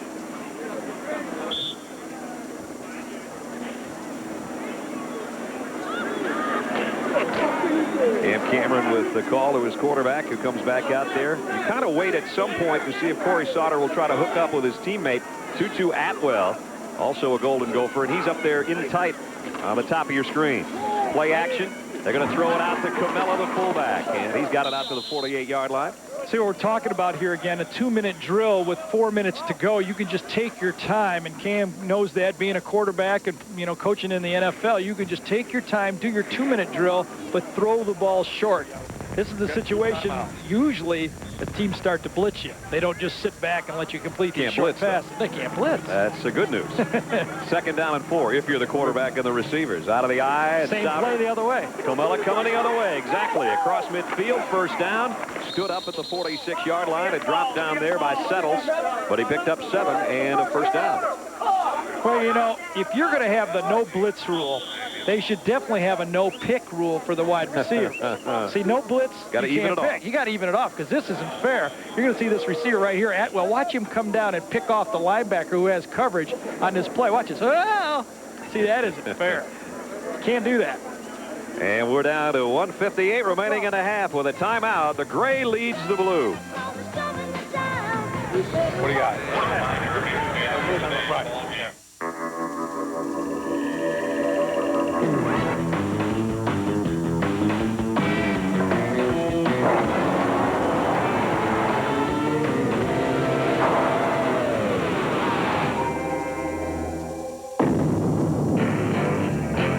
The moral of the story? Get the world's fastest sport utility vehicle. Introducing the Grand Cherokee 5.9 Limited. Peterson's 4-wheel and off-road magazine's 4x4 of the year. Who is a man with brand new fries for his brother man? Mr. Ted. Can you dig it? Who's a cat at Burger King? Tasty fries are his new thing. Mr. Ted. Right on. Get hip to the new incredibly delicious Burger King fries. Hot and crispy, baby. They beat McDonald's fries in a nationwide taste test. I'm talking about Mr. Potato Head. We can dig it. Outlined against a blue-gray sky, the lone horseman rides again. A man who stands for all that is college football. His blood is UCLA blue and blue entering his heart, and Ball State red going out. His gums are Texas burnt orange, his teeth Georgia Tech yellow. But he is all NCAA. Pile on. Cam Cameron, who had just taken the field with his entire offensive unit. Cam just remembered that he didn't have a spike in to kill the clock. I think. They got to be thinking outside, don't they? They got to be thinking 9 right here. I think Cam has a post route to the bottom. If we can get the safety, 879. Here we go. Post route to the bottom receiver right here. I think it's Tyus Johnson's going to run the post right there. Tyus Johnson down to the bottom of your screen. Let's see if that's who Sauter goes to. He does. There's a pass, and it's overthrown, incomplete. Pretty good coverage from Tony Darden down there. You can't, hey, Corey, you got to go 5 if you're going to throw that 8. You went 7, took a huge 7. Took a you big see, that 7. was the drop. He took too many steps on the drop, and he was late with the throw. Okay, let's go gun left, Liz, seam 6, 97 F&H stop. Be smart now. Okay, go. You call that you got one there, don't we? If we go 5 and I hit. got the shotgun part. I got the gun left. Oh, seam 6 is a curl to the bottom receiver. I know that, but after that, I'm out of there. Well, that bottom receiver again will be Johnson, if indeed that's where he chooses to go. Sauter with his numbers today. There's the gun. Sets up and goes over the middle. And complete short gain, very short. DeLon Washington out of USC got about 3. Stay with the seam 6. And we're down to a minute and 40 seconds in the half. Gun right, rip. Seam 697 F&H stop. Same play. Same play the other way. Well, they're going to have to pick up more than 3 yards on this time. 3rd down and 7. Got to throw the ball downfield in this situation, and to do that, the offensive line is going to have to give Corey some time to do it. Tutu Atwell and Tyus Johnson are the wideouts once again. Tight end Pollock out of Boston College. Sauter to throw, scrambles around, throws to his safety valve, Camella, and he's dumped right at the line of scrimmage by Anthony Jordan. Let's check in with Dino. Woody Wittenhofer, turn around here. Say Merry Christmas. This guy, head coach, of course, down at Vanderbilt, known as the defensive guy. You're coaching the defense today. You're restricted what they let you do, but you guys are doing well. Well, these kids are playing real hard, and they're giving us great effort, which they did all week. Hey, I always learn a couple things from you. This week, I learned you're real smart because you're going to recruit 11 quarterbacks thinking you'll sign 2. And the other thing, you're the godfather to Lloyd Carr's daughter, Emily. Emily Carr, I haven't done a very good job as a godfather, and I apologize, Emily, okay? I'll try to spend more time now that you're 18, 19 years old at the University of Michigan. Michigan and Washington State and the Rose Bowl here on ABC later. Your choice. I'm going out there next week, and I'll let you know after I was out there 4 or 5 days. All right, Woody, good to see you. Merry Christmas. Just like a coach, he's got to watch film when he gets out there. Absolutely. What do you got? All right, we got 27 seconds left of the half before we see what they do here on 4th down. Let's check in with John and Todd in New York, guys. All right, guys. Now, coming up at halftime, we'll look ahead to January 1st, New Year's Day, when the national championship could be decided, but we start things with the CompUSA Florida Citrus Bowl. Yeah, Penn State playing without wide receiver Joe Juravicius and running back Curtis Enos. We'll look at the ramifications of that. We'll also look at the coaching styles of the 2 head guys in that ball game, Joe Paterno and Steve Spurrier. And that's going to be a great day, and we also have a great day ahead, the Aloha Bowl at 3:30 Eastern Time. Stick around. It's all coming up at halftime. Brad, back to you. 79 lucky. If you complete it, we got to go spike. Here we go. 5 steps now. All right, a 5-step drop on 4th down coming up for Corey Sauter. Halftime is coming up with John and Todd 27 seconds from now. You heard, I don't know if you heard all that time from Cam. He's going to look for the post. If it's covered, he's going to go back to Patrick Johnson on the streak down the left sideline. So he's going to look right, see if he can get the skinny post. If not, go deep left. Patrick Johnson to the top of your screen is maybe the most dangerous guy on the field right now, but they do come down. And broken up by Darden again. Tony Darden says, you're going to keep throwing that thing. I'm just going to stay in here and keep playing it. The cornerback out of Texas Tech breaks it up. Corey Sauter did the same mistake again. You're going to hear Cam say, you're late with it. Watch it. 1, 2, 3, 4, 5, 6, 7. See, 7 steps, and throwing a skinny post cannot be done. And see, that's some of the lack of timing that you really can't put in right away when these things start. Get into an all-star game and try to do those timing routes. Very difficult. Yes, you're not playing with your teammates, with the exception of Tutu Atwell, who they have not tried to throw to. Darden, though, broke up a couple of those. And so with just 21 seconds left, the Gray offense will take over. James Brown drops and delivers over the middle. And he got it to Michael Ricks. Michael Ricks had a very good football game so far. Coaching staff before the game was a little questioning how well he could catch the ball because they hadn't seen much of him with the wet grass, but 4 receptions, 48 yards, and he's had a lot of nice catches. 15 seconds left in the half, and let's check in on what will be happening New Year's Day on ABC. You know what I mean? You get those first 2 weeks through this week. The nation's top teams, the greatest coaches, and the premier players. 3 big bowls, 1 big bash. New Year's Day on ABC. First, Joe Paterno and Penn State tackle Florida in the CompUSA Florida Citrus Bowl. Then, Charles Woodson and undefeated Michigan go for the national title. They battle Washington State in the Rose Bowl. And in prime time, Ohio State takes on Bobby Bowden and Florida State in the Nokia Sugar Bowl. It all begins with the Tournament of Roses Parade, New Year's Day. New Year's Day on ABC. So our New Year's Bash starts at 11 with a Tournament of Roses parade. And here on Christmas Day, we've got 15 seconds left. First half with the Gray leading the Blue 9-3 and trying to maybe come up with something here to possibly get another chance for at least a field goal before halftime. Well, yeah, when you have a 6-point game like that, a field goal is a big 3 points.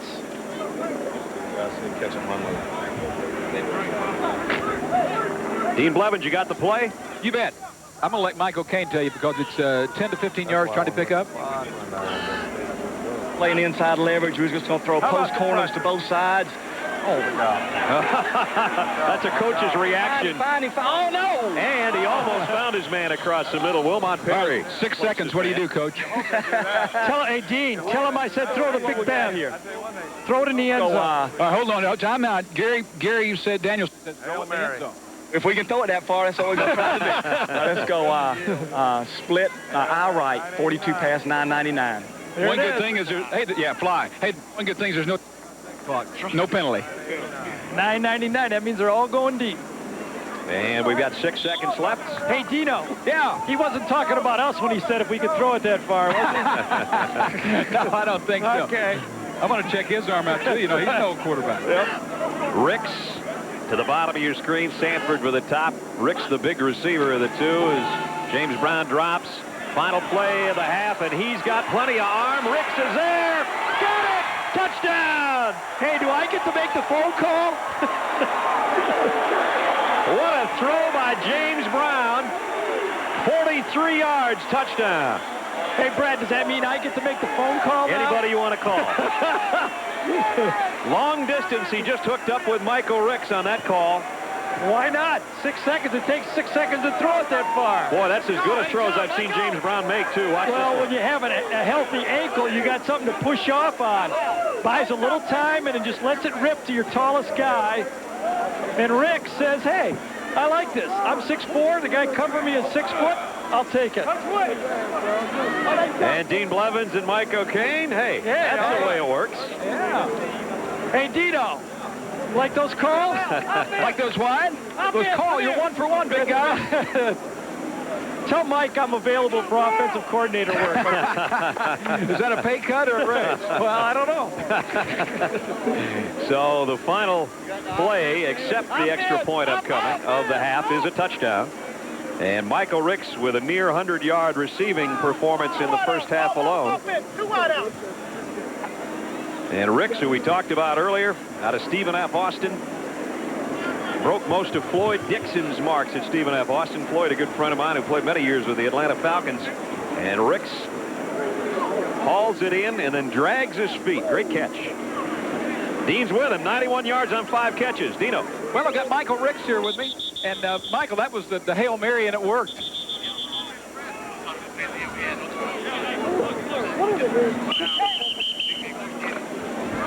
You're one of the guys not many people around the country know much about. You're trying to make an impression.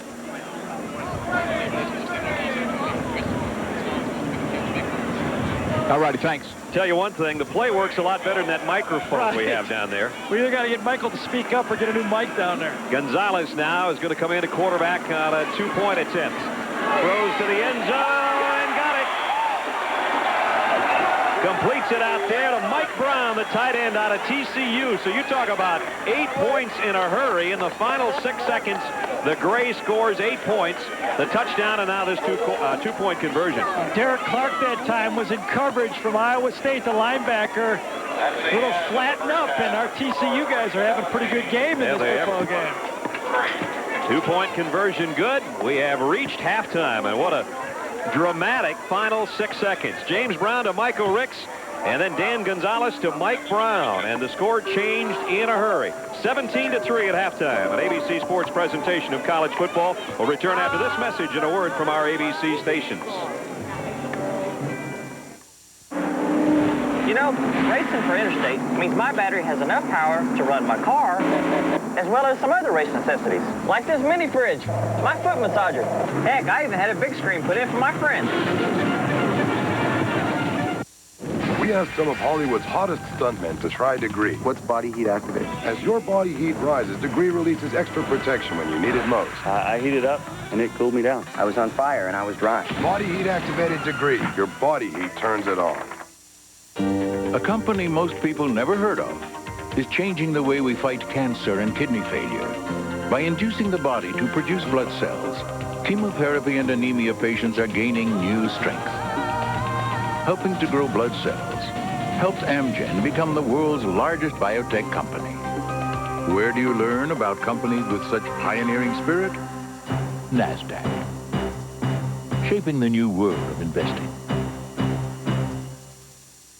Computers, they're like a tutor.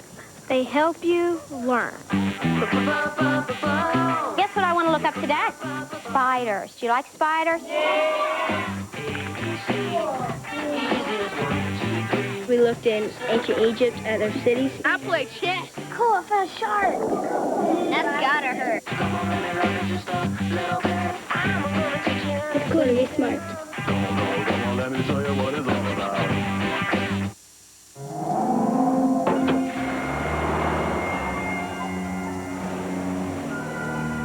Why the long face, chum? It's my car. Let me show you how things could have been. Chrysler and Plymouth presents It's a Wonderful Event. Now get $1,500 cash back on Plymouth Neon. Get Chrysler Cirrus LXI at $18,995. Or get up to $1,000 cash back on Plymouth minivans. Say, are you an angel? You watch too many movies, friend. Julia Roberts, Nick Nolte, together for the first time on network television. I think we're in some kind of trouble here. I Love Trouble, ABC Sunday. This is an investment fund manager from one of our competitors. He alone handles millions of dollars in funds, possibly your money.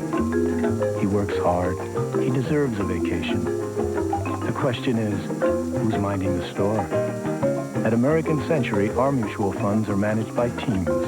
When one of us goes on vacation, your money doesn't.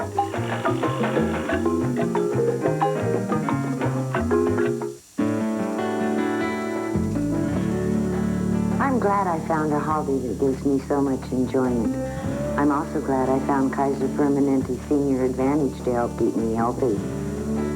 Kaiser Permanente Senior Advantage can help keep your health care simple and affordable.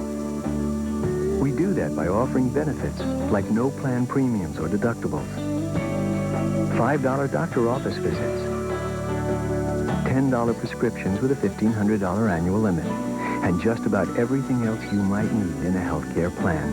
If you're entitled to Medicare, call 1-800-228-5360 to arrange a convenient in-home visit with one of our sales representatives or to attend a free informational seminar. Having Kaiser Permanente Senior Advantage makes all the difference in the world. Call 1-800-228-5360. Good health is always in the picture.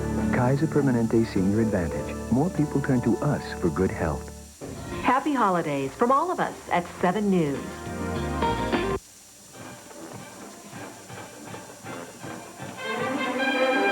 ABC Sports presentation of the 1997 Kelly Tires Blue-Gray All-Star Classic. Brought to you by the document company Xerox. Here now, John Saunders and Todd Blackledge.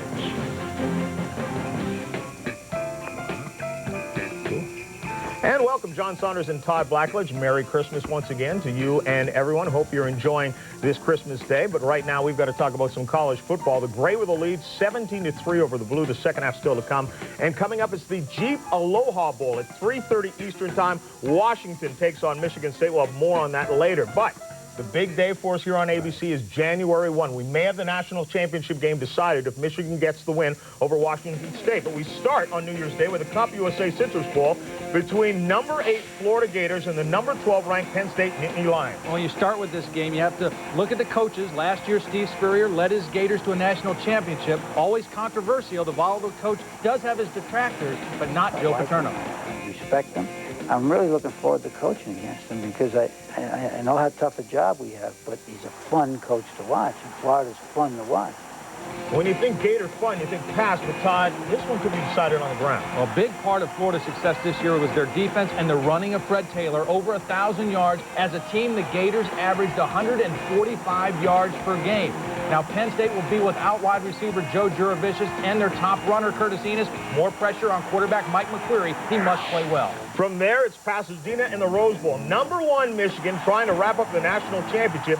They'll face number 7 Washington State. The game, Michigan's hard-hitting defense against the air attack of the Cougars. Michigan led by Heisman Trophy winner Charles Woodson. Well, this defense led the nation, only allowed 8.9 points per game. Woodson thinks Michigan's time is now. It's the first time in 4 years that we've gone to the Rose Bowl, and plus we have a chance to win a national championship if we win that game. It's been a long time. Now we got that chance, and we're just trying to make the most out of it. But Todd, the national championship not a given going up against Ryan Leaf.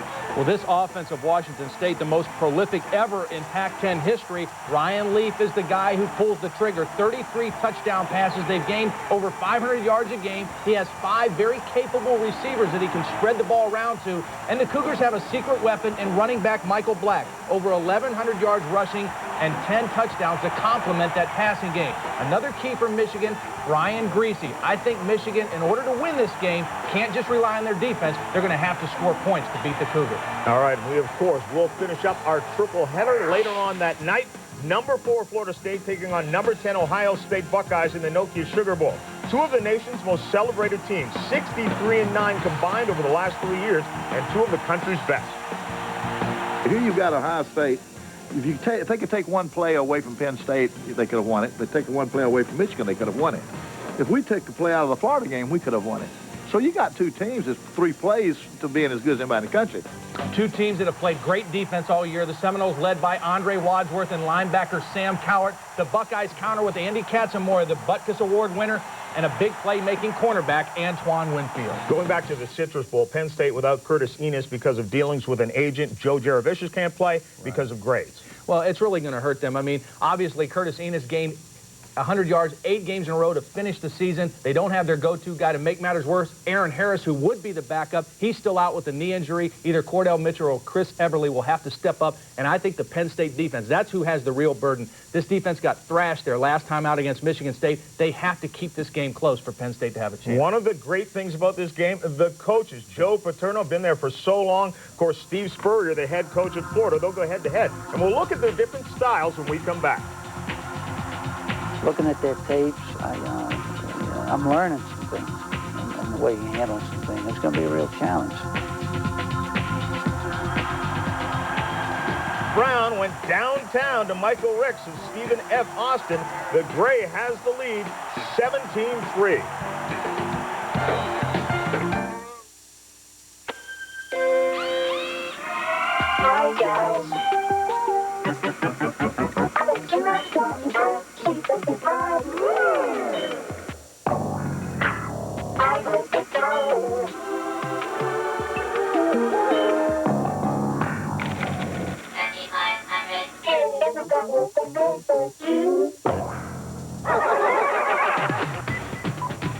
The Document Company, Xerox. A tough case of athlete's foot can stop you in your tracks. You get that itching, the cracking, the burning. That's when you want a medicine at Axe Tough. Boom! Tough Actin Tinactin. It cures even tough cases of athlete's foot. Get Tough Actin Tinactin. Now there's important news about relieving the aches and fever from the flu. In new guidelines, what pain reliever do flu experts prefer the most? The one you've trusted all along. The medicine in extra-strength Tylenol. Tylenol, the first choice for flu relief.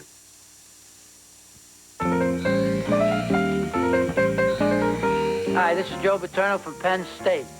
I want to wish you a Merry Christmas and a Happy Holidays, and I'll see you on New Year's Day at the Citrus Bowl. That's right, Joe. Also right here on ABC. One of the reasons this is a great game is because of the coaches. Think back to 1966. Joe Paterno's first year as head coach at Penn State. Steve Spurrier wins the Heisman that year at Florida. Yeah, these two coaches have been very successful, but as you might expect, their styles are very different. Think about making 4 yards, and then you have a short yardage offense. After 32 years, almost 300 victories, and 2 national championships, Joe Paterno is Penn State football. I think they're going to say they played harder than us this time. We played harder than they did this time, by golly. With a national title and 5 SEC crowns in just 8 years, Steve Spurrier is fast becoming Florida Gator football. Each has a map for success, but each his own way of getting there. I've got input in both sides of the football, and I okay everything that goes in on both sides of the football. I don't want to be the coordinator on either side. I used to be the offense and defensive coordinator when I was a young head coach. Since I call the plays and coach the quarterbacks, so I'm sort of I am the offensive coordinator here. Although we don't have anybody with that title, I guess you could say that's sort of what I do. I try to help. I try to observe the game. I call some plays on offense. I'll go make some suggestions to Jerry Sandusky, our defensive coordinator, and generally just to keep the tempo and make all the tough calls, whether we're going to go for 4th and 1, kick a field goal. You know, if we're going to try a trick play, I call all of that. One of the great offensive minds in football, Spurrier takes a backseat when his Gators line up on the defensive side of the ball. I've got one of the best defensive coordinators in the country, Bobby Stoops. In fact, I don't even watch the offense of the other teams. I let the defensive guys handle that, so it frees me up to try to be the best offensive coordinator I can be each week. The blue-collar Paterno believes a hard-nosed running game sets up the passing game. I think you got to be able to run the football now. In even Florida against Florida State did an awfully good job running the football. And that's the thing that scares us. So I think you got to be able to run it. That doesn't mean you got to run it for 250 yards, but you got to be able to keep some people around the football if you want to throw it. Spurrier, on the other hand, is more of a risk taker and believes you can be just as effective using your passing game to establish the run. It's very crucial to get a bunch of running yards. So, but do you have to do that first? Not necessarily. You can come out and throw it all over the place if that's what you'd like to try to do, to loosen them up and then try to run. But basically what we try to do is have a play called that has a chance against the defense. So if they've got 7 or 8 guys up there, we better be trying to throw it somewhere. Although their approach to the game is different, their results are usually the same. But a week from today, only one coach can walk away with a victory. Even though the styles are different, there's a lot of mutual fondness and admiration these two guys have for one another. There's even a family connection. Steve's wife, Jerry, is the niece of the late Rip Engel, who hired Joe Paterno as an assistant at Penn State. But make no mistake about it, these two guys are intense competitors, and they both want to win this game. And Steve Spurrier has to be looking at this game and saying, hey, what better way to ease the pain of not being able to defend our national championship than beating the old-timer, Joe Paterno, the guy who's on top of the college football coaching business, and win against Penn State. It should be a great New Year's Day. Sit on your couch, throw away the remote control, put it on ABC, and stay with us. We start with that game in the CompUSA Florida Citrus Bowl as it's Florida against Penn State. Florida looking to air it out and run the ball as well. That could be a key factor. That's at 1 o'clock. Then the national championship on the line. Number 1 Michigan wins this game, and they are going to win the national championship. They face Washington State. And then at 8:30 Eastern Time, it's the Nokia Sugar Bowl. Florida against Ohio State, another terrific matchup. And don't forget, kick off your day with the Tournament of Roses Parade. The Gray leading the Blues 17-3 at halftime. We'll get back in a moment.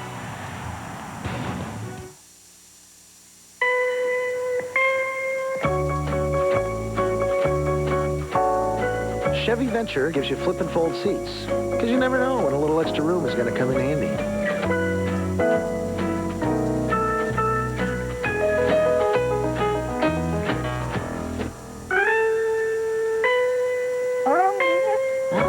Chevy Venture is here. Let's go. Chevy Venture, awarded J.D. Power and Associates most appealing minivan in a tie. Let's go.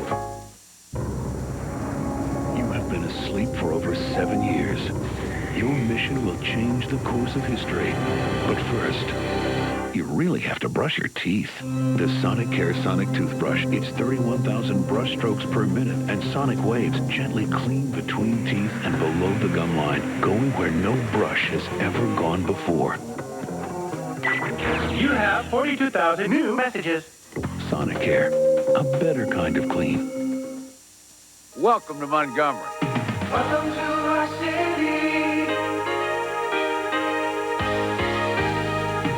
Welcome to our home. Welcome to the things we do. Let us welcome you. It's a great place to call home.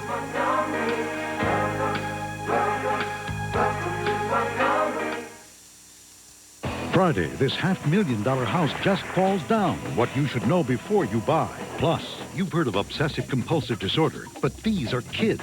Strange rituals destroying lives and driving parents to desperation. On 2020 Friday, and don't forget the premiere of 2020 Monday on January 5th. Tomorrow, what a year for the stock market. It soared, plummeted, and rose again, making sense of Wall Street 97 on tomorrow's Good Morning America. Welcome back. The second half still to come, but coming up at 3:30 next on college football, it's the Jeep Aloha Bowl. For more on that, let's join Brent Musburger. From the shadow of Diamond Head in Hawaii, Merry Christmas and welcome everybody with Dan Fouts. I'm Brent Musburger. Tough job, huh, Dan, doing the Jeep Aloha Bowl. Should be a good one. We've got Washington from the Pac-10, Michigan State from the Big Ten, and Dan, the last time you and I saw the Spartans, they put on an awesome display against Penn State. Yeah, Cedric Irvin and Mark Renaud each gained over 200 yards rushing, and that'll be the key for Michigan State against Washington. But now Washington, it's going to be a classic Pac-10, Big Ten battle. They're going to air it out. The key for Washington will Brock Huard be 100% healthy, and will Rashawn Sheehy be healthy? That's more important. And it's sort of interesting. This is round one of an interstate battle between Washington and Michigan. Remember the Rose Bowl? It'll be the Cougars of Washington State against the Michigan Wolverines. But first things first, Michigan State coming up against Washington in the Jeep Aloha Bowl. Let's go back to John. All right, guys, thanks a lot. And in Hawaii, you don't think about adjusting to the conditions, but they really do have to. Yeah, and conditioning will be a big part of this game. Which team took their conditioning more seriously? It'll be a lot hotter on that field today than either in East Lansing or Seattle. Who plays best in the fourth quarter will probably win. That one's coming up at 3:30 Eastern Time. Now, tell us what you think. Who should be number one if both Michigan and Nebraska win? You decide. Vote now on America Online. Keyword ABC Sports. And ABC Sports coverage of college football will continue after this message and a word from our ABC stations. Susie, you're on. Burger King is introducing incredibly delicious new fries. A special guest is about to read. Here he is. Let's see. Oh, on behalf of Burger King, it's a privilege to introduce the fries that'll change history. The crispy new Burger King fries beat McDonald's fries in a nationwide taste test. Thank you. Mr. Potato Head. My client has spoken. Wow. Excuse me, sir. Mr. Potato Head, for the record, is that your real name?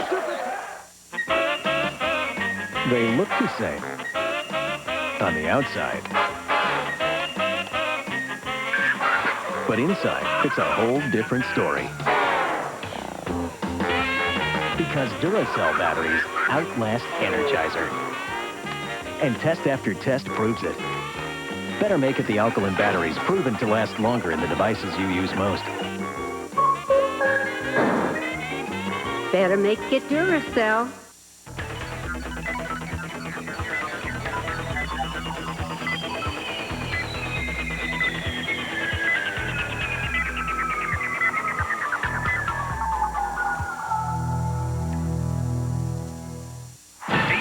Wild Card doubleheader starts Saturday at 12 Eastern. The surprising Giants host the explosive Vikings. Then the Broncos will try and avenge last year's playoff loss to the Jaguars. It's all Saturday on ABC Sports. Colorado Symphony concerts are so inspiring that people are making music all over town. 7 News invites you to experience the music of the city. Pam and Sue just bought new contact lenses. Pam went to America's Best. Sue went somewhere else. For $49.99, Pam got not one, but 2 six-packs of SoftMed disposables. Sue paid more for her brand. At America's Best, Pam's eye exam was included. Sue's exam cost $70 more. 2 six-packs of contacts with exam, $49.99. Ought to call America's Best.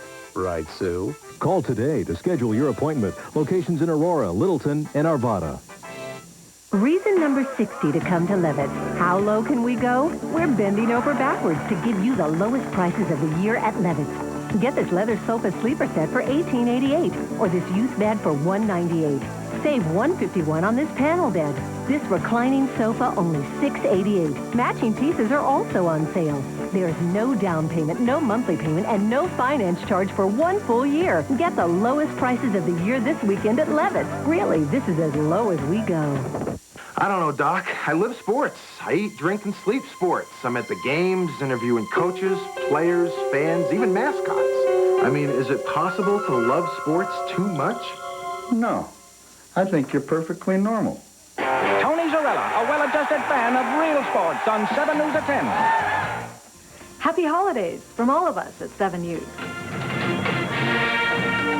Halftime of the Kelly Tires Blue-Gray Classic, and the Pearl City High School Charger Marching Band come to us from Oahu. Their campus overlooks Pearl Harbor, and from that beautiful setting comes one of the most outstanding music programs in the country. And we had over 400 performers entertaining the crowd here at Crampton Bowl in Montgomery, Alabama at intermission. And they were entertained by the South team in the first half as well.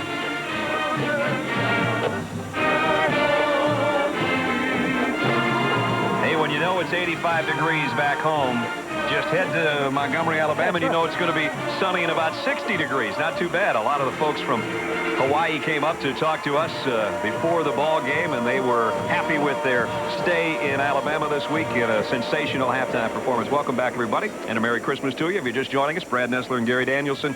First half really belonged to the South. Blue couldn't get anything going offensively, and James Brown right now is playing as well as we've seen him play all year. Which isn't hard, but, yeah. he has been playing well. I think the combination of the turnovers by the Blue team, and then James Brown having an outstanding game, taking advantage of Michael Ricks' size. And Ricks is, 109 yards receiving, or 91 yards receiving with a touchdown.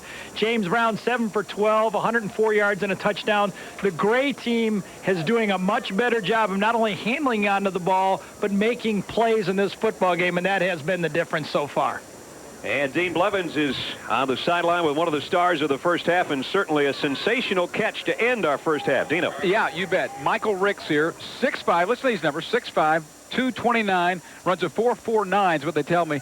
And I know you're looking forward to the pros, but a great first half for you in impressing the pro scouts. Had a lot of players going in, coming in the game today, and coaches talking about plays. Their DBs are playing a lot of cushion on us, and You want to say something special to your grandparents back? And Merry Christmas, and also I'd like to say was up to Gus, J. Hill, Mo, and all the rest of the game back in that. All right, thank you. All right, if Grandpa Grandma didn't hear all of that, he said hello to you too before he talked about his buddies. And we are set to start the second half. Nelson Garner set to kick away.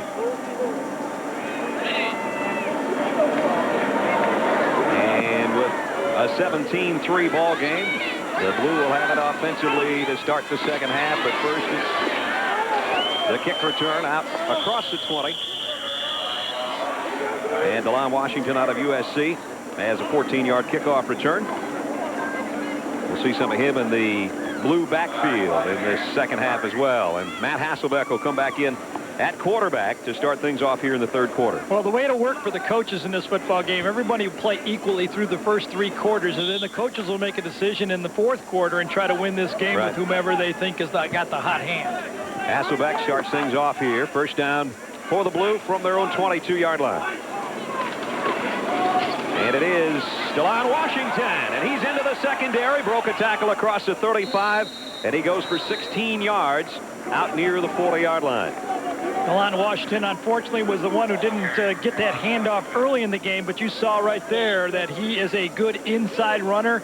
Not have the great average this year running the ball. It doesn't have really the great breakaway speed, but you can see runs with his eyes up, feels the holes, and makes a few guys miss along the way. A couple of years ago, DeLon went over 1,100 yards and was first team all Pac-10. And he'll get the carry again and weaves inside and then runs into the Gray defense at the 40-yard line. And Eric Curley, another Alabama player, in on the stop.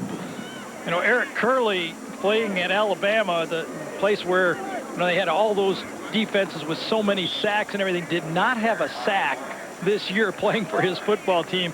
You wonder if he's kind of like geared and ready to go today, trying to get his first sack of the football season. Only 1.5 sacks in his career, so he's not a big pass rushing guy, but he stuffs the middle pretty well as he did there. Pickup of only 3 at second down and 7. Hasselbeck, nice play fake, and he's in trouble. Got away from the rush and throws incomplete. Intended closest man was Tutu Atwell. Again, the coordination between the route and the drop just wasn't in sync that time. When Hasselbeck was ready to throw the ball, he was trying to go to Damon Dunn, and Damon Dunn had already run his route, had been open, and had gotten covered already by the time he wanted to throw it. Cam Cameron was telling us that Hasselbeck probably has the best grasp of the offense that he put in, and there's a reason for that, because when Cam was at the Washington Redskins and came through there, Dan Henning, formerly with the Redskins, and then went out as head coach at Boston College, used much the same terminology, so Hasselbeck's pretty comfortable with everything. Third down at 7. Again, off play action, throws over the middle. Complete, but not enough for the first down. Only about a 3-yard pickup out near the 45-yard line. That time Matt came off his primary receiver that time, Damon Dunn, a little too quick. He had him open on the square end right over the middle of the field. Chance McCarty helped out on the tackle again. He's had quite a day defensively. Dunn is going to come from the left side of your screen and break right into the middle of the field. He could have made that throw just a little bit late, dumps it to the back over the middle, and nothing there for a first down. You know, 3rd and 8, it's hard to dump the ball for nothing. And McCarty, the defensive end, 2 sacks, a safety, and made that last tackle. Sanford's waiting on the punt. End-over-end kick, had a lot on it, though. Travels down to the 12-yard line. Sanford dancing around there, and got about 4 on the return. That's it. So the Blue, again, unable to move offensively, and they punt it back. The Gray out in front by 2 touchdowns. We should remind you the 10-point rule is in effect in this game. And I call it the 10-point must system, and that if you lead by 10 or more, you must give it back to the other team. It's interesting, when we were going over the rules, Cam said he's trying to get the Big Ten to put that in for the next couple of years over at Indiana. So we're I don't think the Big Ten's going to let that fly. Dan Gonzalez, who is microphone for our game. As you can hear, in the toss from the 17-yard line. Jermaine Stevens, not much on that one, if anything. Going to lose yardage. Carl Hansen again in there to make the play. Let's listen to Dan in the huddle if we're lucky enough this time. Sorry, Trey, that's all right. Let's go, fellas, let's go. 43 pass, 707. I left. 43 pass, hold them out there. 707 on one-on-one, ready? 43 pass baby. Must be some type of a play-action pass. 2 wide receivers will be running flag routes. The play fake should be to the right side. Other way. Come back, Gonzalez. Nice dangerous pass, and almost completed out to Bradford. A little surprised he went to the double covered side that time. The strong safety jumped right on that route. He could have gone back to a split end and only had 1 guy in coverage that time. You see Lance Schulters after the fake. He's just going to drop right back into the area.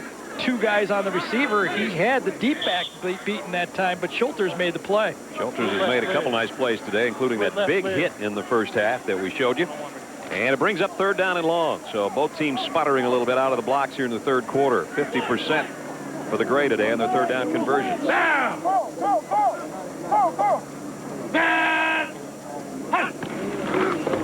Gonzalez wants to go down to the middle of the field. Finally does and completes it.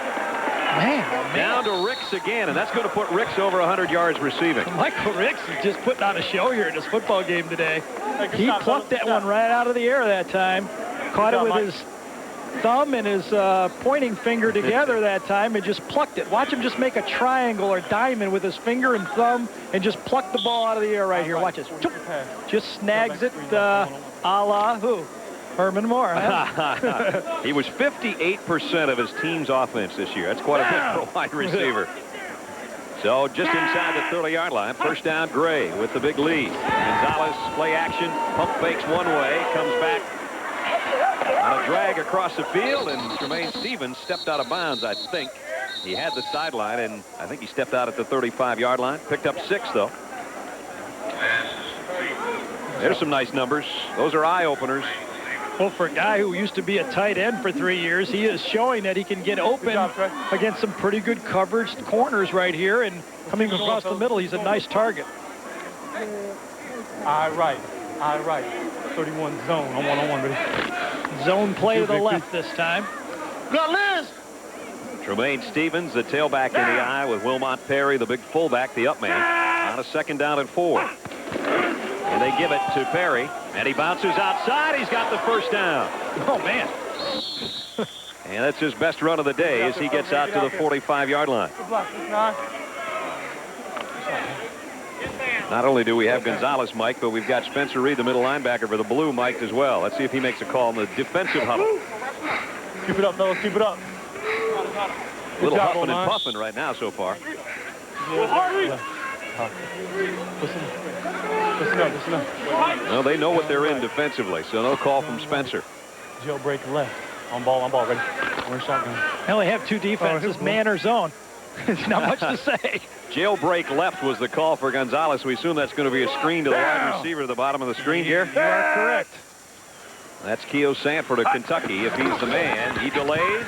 There's the throw. Wow, he didn't run it very well. He cuts outside, though, and his athletic ability may have gotten him the first down. He didn't run it inside without blockers. Get out there, fellas. He's got to come inside and slash across that formation. He kind of ran it like the, I don't know, maybe it's like the way they run it at Kentucky, but it worked. I'll give you a break on Well, Tim Couch threw him a lot of passes this year, that's for sure. Usually these guys come in this time. Watch, he just goes back in the same formation on it, and perhaps that was the way there's as we try to get Cato to try to get the ball out there to the receiver on the quick screen. Might have been Eric Abogu coming at him so hard that decided to make him That's right. sit outside. That's not a bad idea. And he does have the first down at the 44-yard line. So Gonzalez moving the gray down the field now. And motion. We have not had very many penalties at all. It's been a well-disciplined team. Karczewski from Virginia is the guy that came out of his stance. We'll make it up. We'll make it up. We'll make it up. Each team with just one penalty. That's pretty amazing with 10:46 left, third quarter. Hey, we have to be back now. Ball before the snap. Back now. Ball start. On the offense. 5-yard penalty. Still first down. Gonzalez had a quick chat on the sideline with Michael Caine.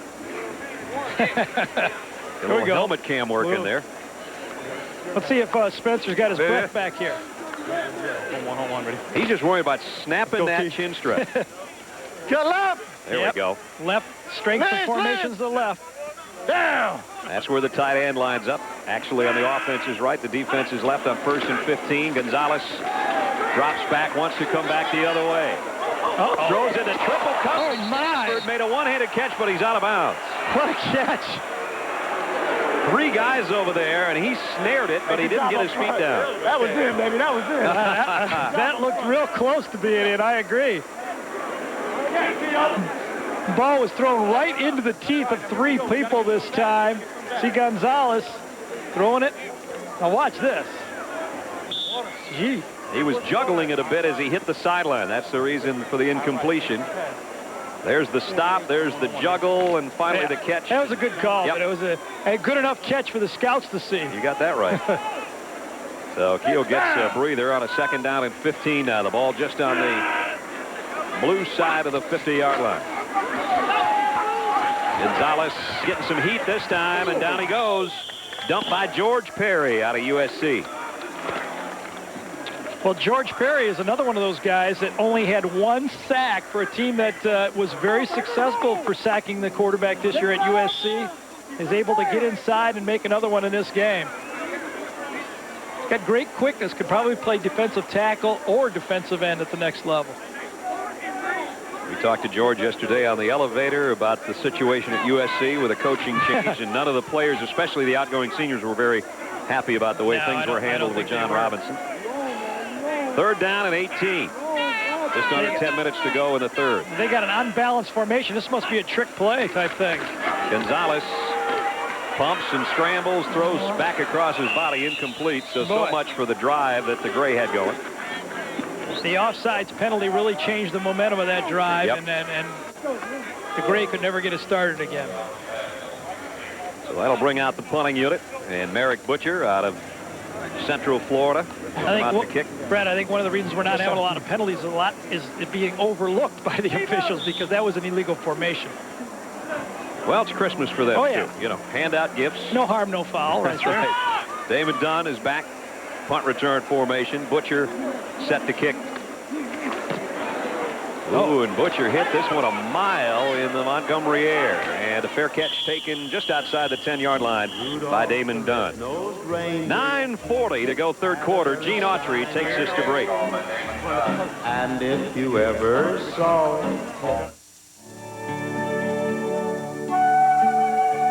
trust. We are not born with an instinct to trust. Trust must be earned. Trust must be proven. We earn it with integrity. We prove it with sound advice. Trust is the ultimate measure of our success.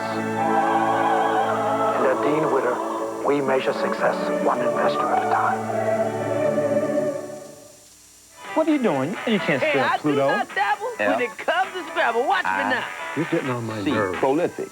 as in prolific score. Imagine that. The Iceman spelling prolific. Quite a coincidence. Hey, give me And five. he gets the double word score for that, Coach. Hey, that's like Penny spelling unstoppable. Penetrate or MVP. Like you spell the shrimp. You got me, Chuck. Yeah. You should be on stage telling your funny jokes. Come from miles around to see the funny man, Chuck. Who says you can't by taste? My clients do it all the time.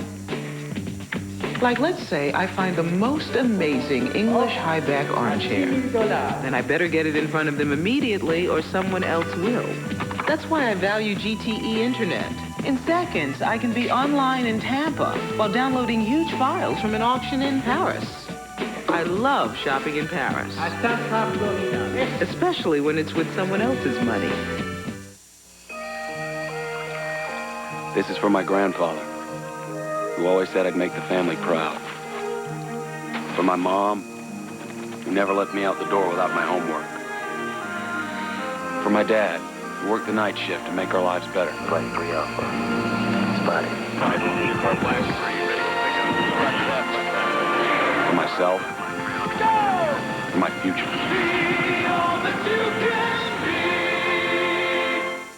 Saying great videos. This is one sadistic TV show. New hosts, Daisy Fuentes and John Fugelsang. And all new Funniest Videos, 1 week from Monday on ABC. I don't think we have a player from Alaska here, but obviously the folks here in Alabama are saying hi to somebody up in Alaska, where I understand the high temperature in much of the state was in the 20 below area today, from what I heard. Don't forget, Jeep Aloha Bowl on the opposite side will be about 85, as Brent and Dana are waiting for Washington and Michigan State in the Aloha Bowl following our game. Folks here have nothing to complain about weather-wise. There is not a cloud for miles. It's about 60 degrees in Montgomery, Alabama for Christmas in Dixie. And we welcome you, Brad Nessler, Gary Danielson, Dean Blevins, and our ABC crew. Nice to have you along and be sharing your Christmas day with us.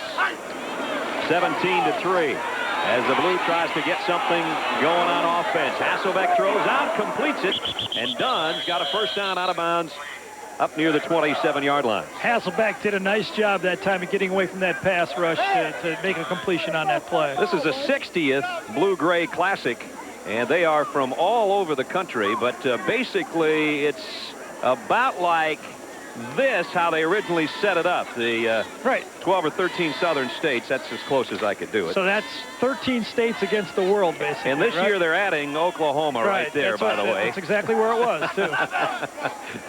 Just wanted to give you a little structure on the gray as compared to the blue here. There's a handoff to Eric Smith, and he's part of the blue, which is the rest of the country out there in California. Now what did they add? They added Oklahoma, and there you see. Here's the West Side connection. Tarek Smith, who just carried the ball, is part of that right there, and they've got him from obviously the Pac-10 and the WAC and the Big 12 as well. They kind of sliced up Oklahoma this year because of the Big 12, but the South connection, you see all the young men from Alabama and Oklahoma, Mississippi, Arkansas, and Texas, and Texas Tech, Tulane. I think that was a great point that Dean brought up in the open about the major schools that usually are in bowl games this time of the year in this Blue Gay game today.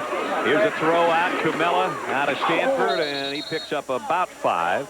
We continue to show you where they're all from, the Midwest connection, the Big Ten and the MAC, and involved there.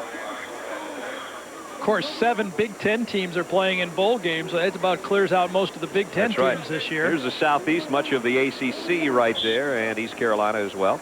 And in the Florida schools and Kentucky, James Madison, Louisville, South Carolina, Vandy.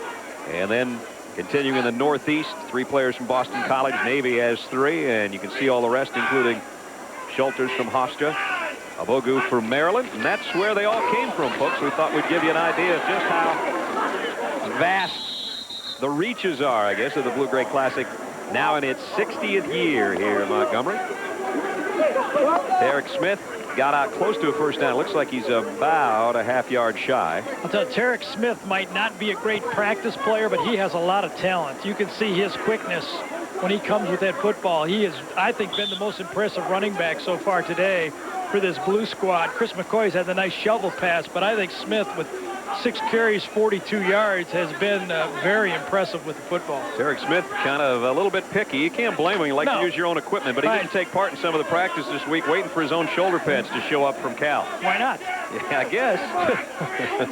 3rd down and a yard. He stays in there, tailback in the eye, gets the call, bounces off one, and I think got the first down. His second effort, although they're giving him an awful spot. I thought he was short. Well, then maybe it was a great spot. One of those two. We got it covered. Let's check in with Dean Blevins. Measure it, measure it, measure it, measure it. Coach went out real smart, but does that mean that you would like to measure that? You can't measure it? Know exactly what we got? 4th in about 1. All right, they're in a 6-1. Hey, eye right close, fire pass right, 173 at flat. Coach, if you don't get something going, I don't know what you're going to do offensively. We're going to put you in here in just a second. I'll promise you that. Now, we can't run the wishbone, and they won't let us run options, so I don't know if you'd be any good. Hey, we decided, by the way, I hope you don't mind, that with you and your wife and all your kids with the red hair, you should have been the leading candidate down in Texas. You think? Well, I don't know. I'm going to try to slide Camella out in the flat right here. Camella out to the flat is the guy they're going to try to get the ball to. On 4th down and less than a yard. He's out there, but the right got there first. Chance McCarty was the first guy. Martin Chase was the one who cleaned up on it. Wow. Chase came flying in, but Gary's right. It was McCarty who's wreaked havoc in the backfield that was the man that altered McCarty's coming this way, and then Chase cleans it up. They get a little high-low sandwich right here. No one blocks the end man. McCarty, that's nice. And then Martin Chase, the defensive tackle from Oklahoma, cleans up on a 4th down stop. So the score remains the same. Gray leading the Blue by 2 touchdowns.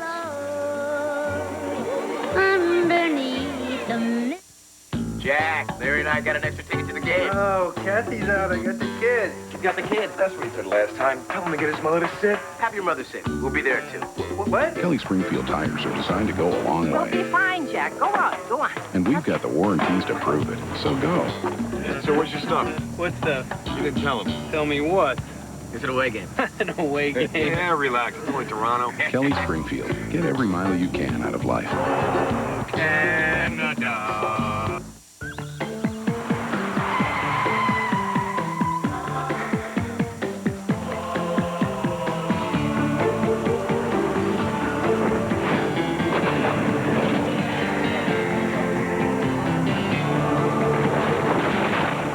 The new Chevy Blazer with the driver control system. A little security in an insecure world.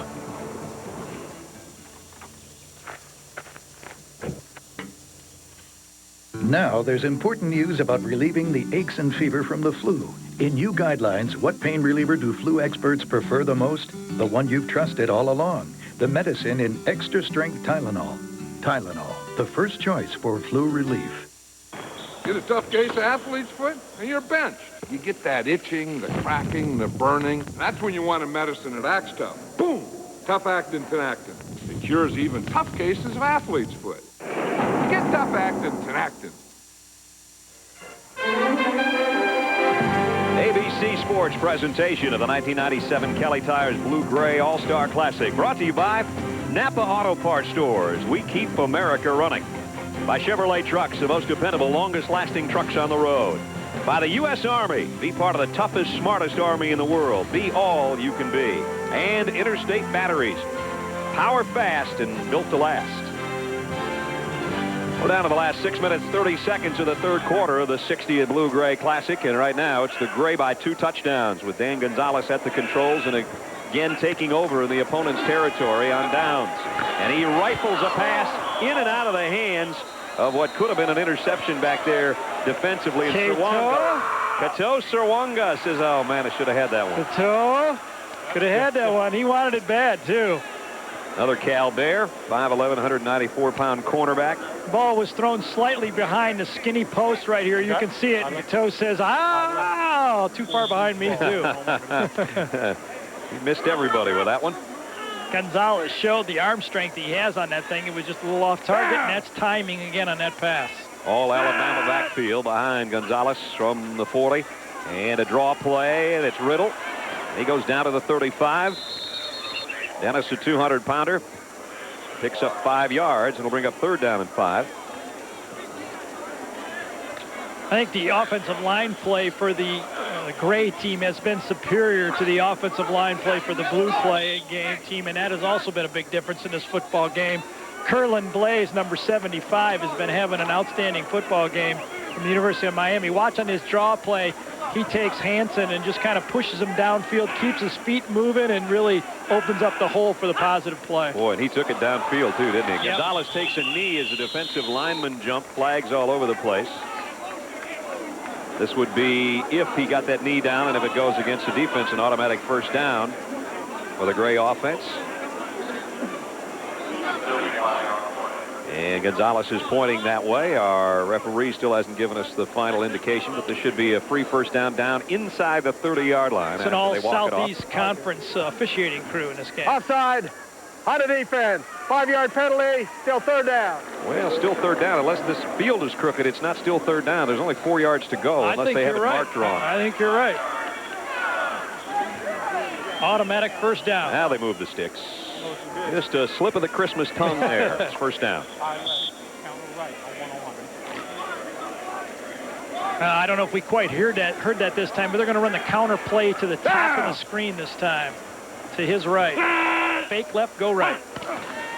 There's the fake, and there's Riddle on the counter. Off the right side, and he gets it to the 26-yard line. We'll give him 3. It'll bring up second down and 7. Riddle carried for over 2,600 yards in his Alabama career. Third all-time, as a matter of fact, in the Tide's all-time yearbook. One of the things that Charlie Weatherby, the defensive coach for the Blue, was commenting to us on before the game was that he didn't really have a true middle linebacker in this football game. None of the linebackers for the Blue squad had ever played the middle linebacker spot before. Spencer Reed of BYU playing it right now on the second down. Here's the toss to Riddle. Got a nice block from his fullback, Sism. And he picked up about 3 more. It'll be a third down upcoming. Tackle out there by John Haskins out of Stanford. We were talking about Spencer Reed, that play. You should see how he likes middle linebacker. Here he is right here. Now watch what happens to the middle linebacker. If you're not used to making your reads quickly, you get blocked by a lot of guys. That's a traffic jam in there. Yeah, Lonnie Gilbert got him, and then from one side, and Kazurski got him from the other side. You're standing out there without stoplights with all that traffic. I think Spencer said, just put me back to outside linebacker, please. Eubanks and Sanford, the wideouts for Gonzalez on a third down, but they'll keep it on the ground. Sism straight up the middle. Looks like he got the first down. And Ed, who had a touchdown in the first quarter, said he was going to do something else for us for a little present. And I don't know if that first down run is it or not, but they'll move the sticks. 4 minutes left in the third quarter. Mike O'Kane looking on. Of course, the call of the day was from Gary Danielson down to the coach who threw the Hail Mary. Yeah, thank you very much. See, that's what happens when you come in here early and work hard. You just know the offense. That's right. From the 18, Riddle again on the counter. Dennis Riddle inside the 10. Heads to the stick. Did he get there? Yes, touchdown. 18-yard run. So Dennis Riddle, like his counterpart Ed Sism, rolls for the Tide for a touchdown. Michael Caine probably has 6 running plays, and they're all working. That makes it easy to call plays. But watch Michael Ricks at the end of this play, top of your screen. He's blocking off for about 3 seconds right here, pushes the corner, Elam's into the end zone, and touchdown again for the Gray team. Gray dominating on their home turf, if you will. We got another local call from Riddle here. That's right. Nelson Garner for James Madison in for the point after. Snap a little wide, but Gonzalez got the hold down nicely. And with 3:43 left, it is 24-3. The Gray out in front of the Blue, and Dean Blevins on the sideline. Thank you. And with Martin Chase, the defensive lineman out of Oklahoma, he's had a big game so far. Martin, we're going to look at a play here, and you describe it as, I know you're bull rushing very well like another player who used to play at Oklahoma. Yeah, Baron Channer, but I have to give a lot of credit to Coach Blake on giving me a lot of hand technique. That was for you, Mama. I love you, and Merry Christmas. You're moving your hands well, you're moving your feet well, and speaking of your mama, this is sort of like a birthday gift to you. You get any pick you want, so put the headset on here and tell Mama Gilda back in Lawton, Oklahoma, Merry Christmas. Merry Christmas, Mom. Merry Christmas to you, Martin, and thank you for the Christmas present, and keep playing hard, and I love you. You know it. This was for you, and I thank you. I love you out there. Can you let us in on what the Christmas gift was, or is that personal? It's personal. Martin, I know you're a big family guy. Yes. That your family means a ton to you. Tell us about it. They mean everything to me. They're the one that supported me to get here. I have to give a lot of credit to God and my mother. They're the one that's been focused on me all my life. And I have to, you know, the blessing from God has given me a lot of strength. And I just want to thank my family. I love you, Jamaica. I want to say hello to the Jenkins family. And, you know, it's just been exciting for me. All right. Hey, thank you. Very good. I've known this guy for a while. Class act, guys. What's up, Sigma? Yeah, and he's a guy named Chase that knows how to chase the quarterback. A school record 14 sacks for the Sooners in an otherwise, for them, many times lackluster year. Nice job by a couple of Sooners on the sideline. Garner to kick. Line drive, and he got into this one. Near the back of the end zone, it's finally scooped up, and the Blue will have to work from its own 20-yard line. Well, the Blue offensive line is going to have to start giving some you could bring Dan Marino in here right now. They're not going to complete a lot of passes. They have wide receivers that can get open. I think what Cam has to do right now, if Dino can get over there, tell him that the Purdue guy wants to tell the Indiana guy to get his quarterback, take a 5-step drop, and throw a few quick outs. I'd try to get it in the hands of Patrick Johnson, number 82, his wide receiver. The play-action passes just aren't working. They got to get the ball quickly to their wide receivers. They're going to go from the shotgun here, maybe to give him just that extra moment of time. The Gray had to take a timeout. They only had 10 guys on the field. Well, we'll take 1-2 with a little over 3.5 to go in the third quarter. 24-3, Gray.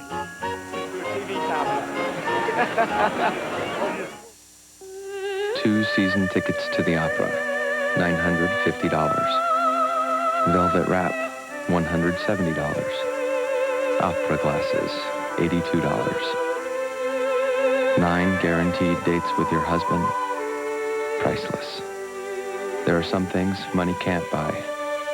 For everything else, there's Platinum MasterCard, with a high spending limit for the things that matter.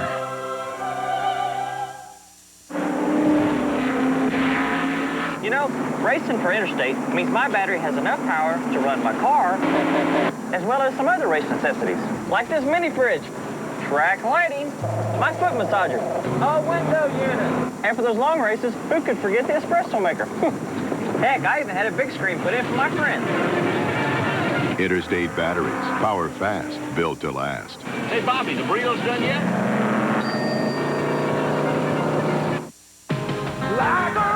Thanks for the truck, Dad. What'd you do? Not much. Where'd you go? Kurtz? You still talking about moving that old barn? No. The best long-term quality of any full-size pickup belongs to Chevy. Had a scratch? No. Chevy, the most dependable, longest-lasting trucks on the road. 1 week from Monday, the practice moves to Mondays. Wanna come along?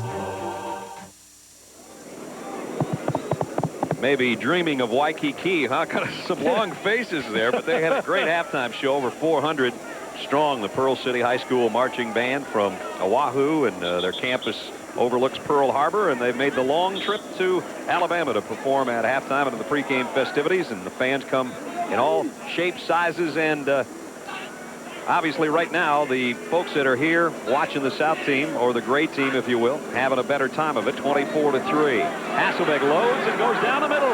Johnson, number 82 out of Oregon, and finally they get it to the guy we've been talking about all day, and he picks up 18 yards. But Dean's on the sideline with the guy that just scored the last touchdown. Dennis Riddle, Alabama. We've been saying Alabama a lot tonight. My first question is, you got 3 running backs from Alabama. Why are you guys here instead of a bowl? I just felt like at the University of Alabama we had a lot of we was losing, and we just pushed the panic mode, and we're not really used to losing. So I think Coach Dubois just try to mix a lot of things in, just try to find a way to win. So. Well, you've had a good day here today. The touchdown a moment ago. You've had a big week though.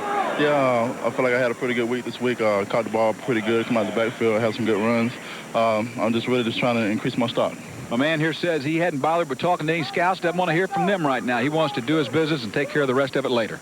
Doing a good job of it, too, Dennis. Nice job here on Christmas. And I think both the Alabama running backs have been in the end zone. I think that's really smart on his part. You know, the scouts will find you eventually. The agents will find you eventually.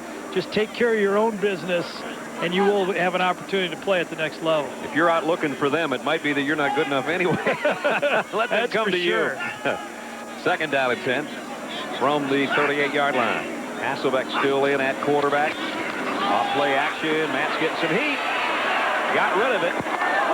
That one was almost caught by Chris McCoy, and a flag down at the 48-yard line. They may call interference downfield here. David Saunders that time, defensive end from Arkansas, put the pressure on Hasselbeck. And the time before, as we saw with the pass to Johnson, Hasselbeck had time to throw, but this time Saunders is going to slip inside. Matt feels that pressure also coming from the inside from Eric Curley and has to get rid of the ball and tee it up again, 2nd and 10. I think they're going to get... get a little penalty action. The penalty at the end of the play is going to give them a first down. Number 53 on the defense. First down, spotted a fall. Derek Singleton is the man that was guilty of the interference and a first down. Let's look at what the scouts look for. A classic swim move right here. Right up there, right over this guy, right there. I think you're going to see the swim move. Just come over, left arm right over. Now push with that left arm and run around the back end. That is perfect by Steve Foley there to get back on pressure on the quarterback. He has played well. Here's the draw play to McCoy out of the shotgun, and little Chris McCoy goes inside the 45 and down to the 44-yard line. Picked up 7 more. Now, should the Blue be able to continue with this drive and put some points on the board, they get the ball back. They will get the ball back. Right. See, because they will be still 14 points down. No matter what they do, they're going to be a couple touchdowns behind and will receive the kick. Again, if you didn't know that rule or didn't hear us talking about it earlier, anybody that has a 10-point lead or more has to give the ball back to the opposition. 2nd down and 3. Again, they'll work from the gun. And they come same play other way. Chris McCoy, first down inside the 40 and spins to the 35-yard line. You know, Brad, besides the ability that Chris McCoy is showing running the ball, I think one of his, you talked about his game he had running the ball to beat Army in that big game against Cal last year in the Aloha Bowl. He threw for 227 yards, 9 for 13 in that game, and really put on a performance when Navy went in and beat Cal in that Aloha Bowl. Well, you got to love a guy that ended up 2nd place in Navy's all-time rushing list behind Napoleon McCallum, who was the tailback. Right. That's not he bad. Was the first quarterback ever in Navy history to rush for more than 1,000 yards. Of course, they didn't run the wishbone very often there. But he ran it so well. Here's Hasselbeck, and is that grounding? It should be. Nobody home out there, and they throw the flag. Chance McCarty's having a real solid football game, just reading his keys, staying with the quarterback, making sure the ball goes away, and was right in Hasselbeck's face. I think he's been the most outstanding performer, maybe with, well, at least defensively, and Michael Ricks on offense. Those are 2 guys that have played so well today. Chance McCarty was a first-team all-WAC player, defensive end at TCU, and Coach Dennis Franchione is going to go there as the new head coach. He's not going to have chance. Number 4 on the offense, 5 yards, spotted a fall, lost it down, 2nd down. So loss of down, 1:42 left, 3rd quarter. Really one of the toughest penalties in football. When you have an intentional grounding, it's a 5-yard penalty from the spot and loss of down. 5, 879. Play action pass. Fullback, he's got to go. 79. That means the split end will be running the post. He wouldn't let you wave that on off, huh? The tight end will be running the flag. And he said tell the fullback he's got to go, and that's Camilla out of Stanford. Bottom guy right here is going to go on the post. Josh Johnson of San Diego State, the Aztec. He's got him. Goes back to the fullback, and Phelan puts a big hit on Camilla, who bounces off and gets to midfield. Boy, they'll remember that collision for a day or so. Well, Stephen Phelan does not back off anyone, and when you're 5'9", 185 pounds, and you play ACC football, you got to learn to be tough, and he is putting on a good performance today. Virginia Cavalier makes basically the hit that brought Camilla down. So 3rd and 25. I'm going to let Dean call this one. Okay, good. 3rd and 25. I was setting up the guys. Hey, yeah. Wishbone left. You know, I'm standing next to a guy who could probably make a wishbone play work. The defensive coach for the Gray out here, Charlie Weatherby. I'd throw it to Patrick Johnson. That's my call. That's Charlie's son, too, a high school quarterback looking to play college football. Here's play action. Hasselback rushed, goes across the middle, and he got it to Johnson. Short of the first down, though, but he did get down to the 31-yard line where they may be able to go for it here now. They picked up 19. Guys, you're talking about the Weatherby's. Charlie has done a terrific job at Navy. He's had back-to-back winning seasons, 9-2, 7-4. Hasn't been easy to do it there, but they've turned it around. Class, character, he's an up-and-comer. Hey, Dean. Yeah. Tell him, like last year, he went to the Aloha Bowl, beat Mariucci. Mariucci gets the 49er job. Yeah, I think he's looking for the Dallas job if it ever came open. And, hey, by the way, the son's name is Jonas. Jonas? Jonas is the high school senior, yeah. Yep, outstanding quarterback. Watching him throw the ball around here. Charlie was complaining last night. It's the second Christmas he's had to spend with Blevins in a row. Hasselback loads and goes down at Johnson again, and he's got the first down, and he's got more than that, down to the 12-yard line. So back-to-back passes to Taz Johnson out of San Diego State, and that's first 19 yards, then 18 more, and a first down as the third quarter comes to a close. So the Blues got something working, and they need to get points and then get the ball back. At the end of 3, they trail 24-3. ABC Sports presentation of college football will return after this message and a word from our ABC stations.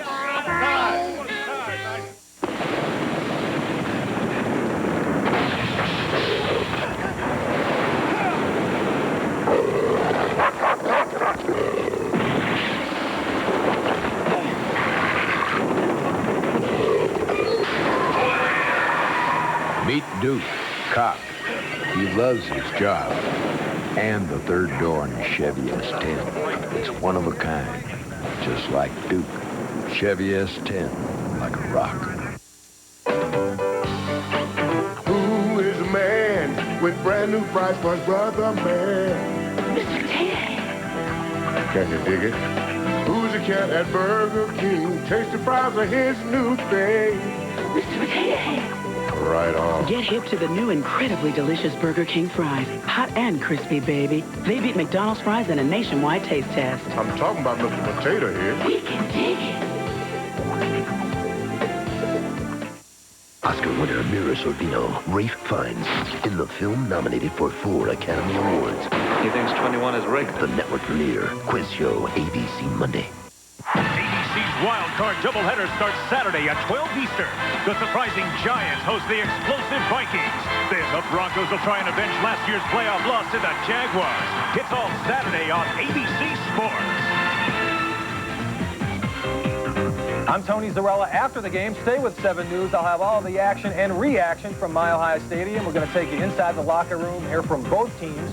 You'll see it all live Saturday, right here on 7 News, right after the game. When I think about the holidays, I think back to when I was a child and how exciting it was, especially on Christmas Eve. My father and my grandfather, while watching the news, would say, hey, there's the weatherman. He's tracking Santa Claus from the North Pole. And now I find it ironic that here I am doing the exact same thing. So if I can bring the same amount of joy to some child as I had, I think that's what the holidays are all about.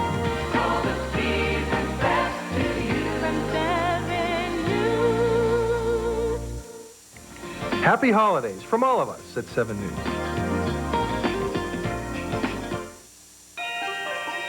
And Merry Christmas from the Kelly Tires Blue-Gray Classic. We're in the Crampton Bowl in Montgomery, Alabama. As you look through somebody's face mask and into the huddle. That's what it looks like. Right before you get hit, anyway. That's what it looks like. I wish it looked that clear, to tell you the truth. Looking at James Greer, that's about the biggest person you can look at on the field. Well, the Blue has got a little bit of something going here. They moved it down to a first down at the 12-yard line, courtesy of Matt Hasselback hooking up with Taz Johnson on a couple of occasions. Juan Johnson now, the tailback out of Utah. He's the tailback in the eye behind Camilla. He'll get the call. Second man through, runs over one man, bounces off, and gets to about the 6-yard line. Settles holds on for dear life. Picked up 6 yards. Settles that time, you're right, exactly, because Juan Johnson was, I thought, going to get in. I left, power left, Cam Cameron says.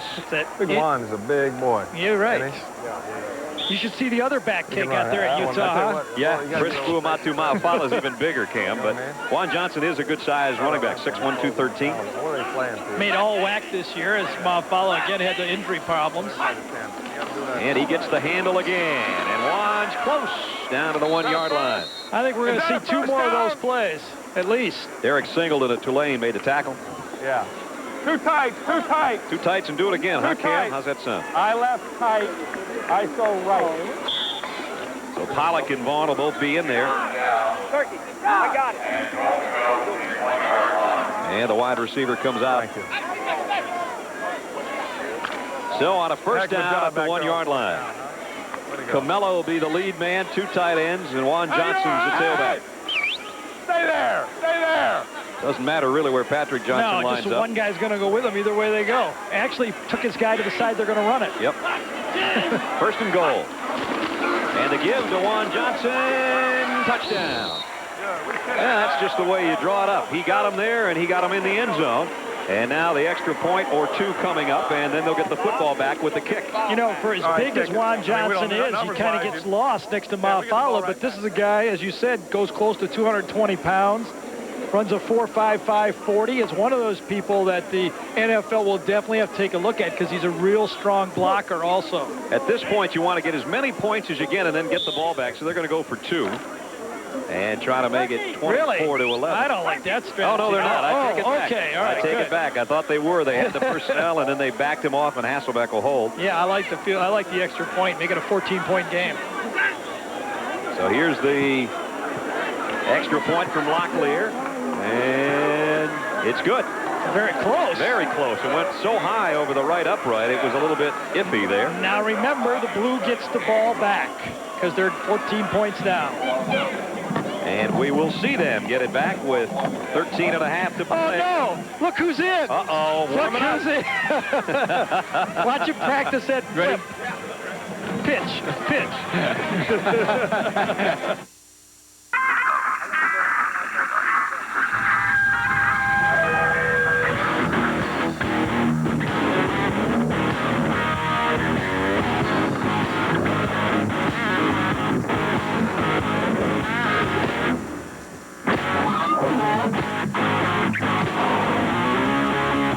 We wouldn't recommend trying this in just any car.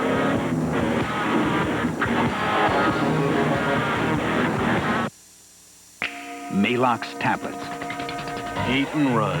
The story of my life. And so's heartburn. Good thing I've got Maalox tablets. They work like my liquid antacid. They relieve fast. When you can't get your liquid antacid, there's only one tablet with the same fast-acting ingredients. Maalox chewable tablets, not Tums or Rolaids. So when you need fast relief, remember the speed of Maalox tablets. Thanks, Maalox. Just in time. For heartburn or acid indigestion, count on the fast relief of Maalox tablets. America has always had a love affair with cars.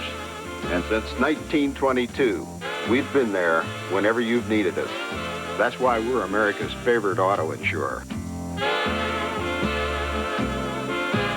And as we celebrate our 75th year, we, the agents and employees of State Farm, would just like to say thanks for being there too.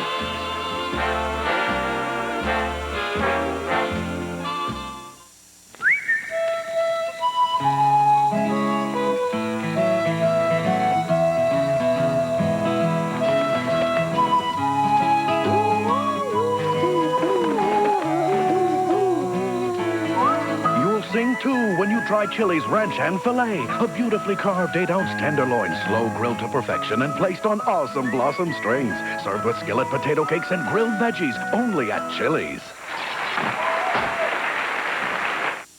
The most dangerous enemies are those that hide in plain sight. They look pretty human to me. Premiering in January. Prey. Thursdays on ABC. ABC Sports presentation of the 1997 Kelly Tires Blue-Gray All-Star Classic brought to you by Kelly Tires. Kelly, a good deal on a great tire. By the Pontiac Grand Am, built for kicks and built for keeps. By Duracell, when it better work, better make it Duracell. And by Chili's Grill and Bar, home of the Ranch Hand Filet. Let's check the sidelines right now. Dean Blevins. Yeah, you know, these guys are still struggling offensively. Oh, boy. What are you going to do? You got the microphone duty. What do you think, Charlie? I think we need to put somebody else in there and use our answer. Oh, yeah, there's no doubt about that. You've been a head coach longer than I have. Hey, that's the first time any coach ever said I'm the answer. Well, I'll tell you what, I can remember when he was at Oklahoma and kicked our tail a couple of times. All but 1 year, Oklahoma State upset Oklahoma in 76. Why don't you go return his kick there real quick? No, I'll be ready. We want to go back down for one more play from Blevins here as Johnson fields it at the 1-yard line and gets out to about the 20. Well, if Dean's going to go in, Gary, you ask him. Dean, let's see if you still got that arm. Let's see if you can still got that arm. Got that arm. Yeah, I'm going let's deep. See if you got that arm. This is deep to me. I wouldn't get on that field if you had to. They aren't paying me enough at ABC to get me out there. Dean Blevins, who used to take my contract won't allow. Who used to play into the wind so the pitch would go That's exactly backwards right. better. The old wishbone. What kind of helmet did he have? He didn't even have an Oklahoma helmet either. He should be at the Grays. I think he had a Louisville helmet. I'm not sure.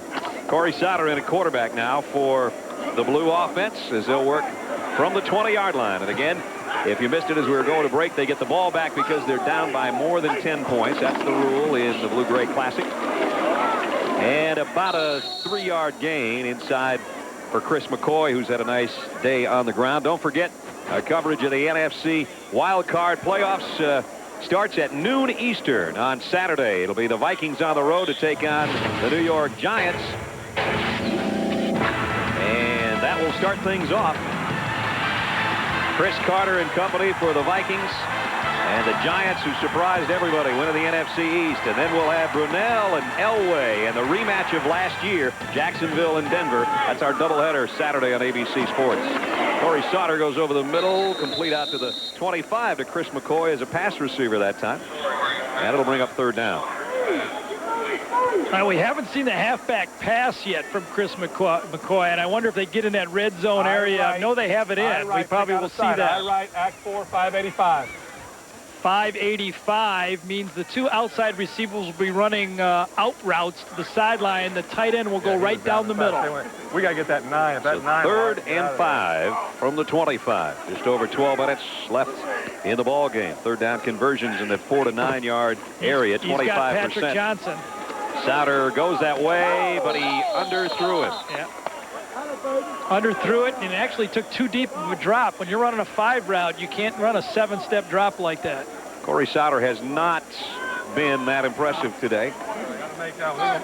Looked good in practices this week, and today it just hasn't clicked. Nope, threw a little ball, kind of pressing on that one a little bit, trying to make the big play. He had Johnson wide open. So it's going to be time for the Blue to punt, even though they got the football back on the rule to have another chance. See, I think they need a punt rule, too, like this. Brad Costello should have to punt without Sanford back there to return. Right, because you're down by 14. Costello averaging over 44 yards per kick, but this one is off the side of his foot, and it's going to go out of bounds on the blue side of the midfield stripe near the 46-yard line. Just under 12 minutes left in the game. Dean Blevins, I think, is with the Gray quarterbacks right now.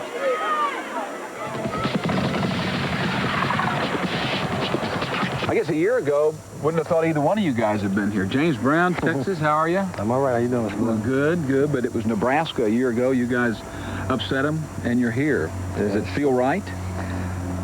This year it does. Last year was last year, and we had some problems this year. Things you have to work through, but I'm just happy to be playing another game. I'm sure that's the way that you feel, Dan, and the reason I say I didn't know if you'd be here, of course, you only had the 1 year to shine at the Carolina, but you did. Yeah, you know, I was fortunate enough to get selected to play in the game, and, you know, I'm looking to have fun today and, you know, have a great game, and hopefully the Grays are able to end the winning streak the Blues have been able to experience the last 4 years. So, I guess we can't say Carolina. We better clarify that East Carolina, because there's a difference. Yeah, there's a lot of people that are going to be upset with that last remark, but, you know, we'll forgive you. Nobody will be upset with James Brown's throw on that pass, a 46-yard touchdown. He said it just feels right. I guess Curtis Alexander streaking down the sideline feels just right. And I guess all three of the Bama players have got their home state touchdowns today, haven't they? Yes, they do. Riddle, Sissom, and now Alexander. And they have made it a Southern homecoming for the Gray here. This is a play exactly like UCLA runs a lot to Skip Hicks. They fake the counter and then throw back to the same guy that you fake the ball to. James Brown puts it right on the mark. Corey Alexander, wide open, matched up against a linebacker there, and nobody's going to stop that one. Another touchdown from the Gray. Amazing what a healthy James Brown can look like, and we just wish that the times that we had Texas this year, he could have always been. And I'll tell you a guy who wished he was healthy more than us, John Mackovich. That's right. It's a 21-point game, 11:42 to go.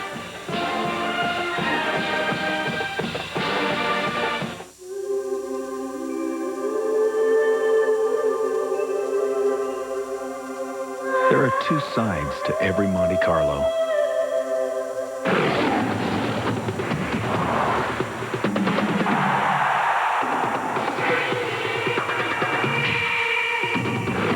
Monte Carlo. The side you show the world is up to you. Get 2.9% APR financing or up to $750 cash back on Monte Carlo during Chevy's year-end event. All right, you got the list on you? Yeah, I got the list right here. We're going to Napa. It's the best place for parts. Fine. You know what? If I ran Napa, here's what I would do. I would widen the aisles a little bit. I would put a brand new sign so it'd make things easy to find. Okay. And I'd have a state-of-the-art computer system to be able to find those parts like that. Okay, but you've got to admit, you can't beat Napa for the knowledge. I mean, they carry more parts than anybody. I agree. Oh, you agree for a change? Yes, for a change. All I'm saying is they should fix the stores up a little. Wow. Now I could live with this. They were really growing up fast. Too fast. All Kelly talked about was going to high school, and all I could think about was paying for college. Sure, I played around with a few mutual funds, but I was no expert. So I started talking to someone who could help, a broker at Dean Witter. We must plan for our client's future as if it were our own. Funny, kids think their parents always have the right answers. I'm just making sure I do. We measure success, one investor at a time.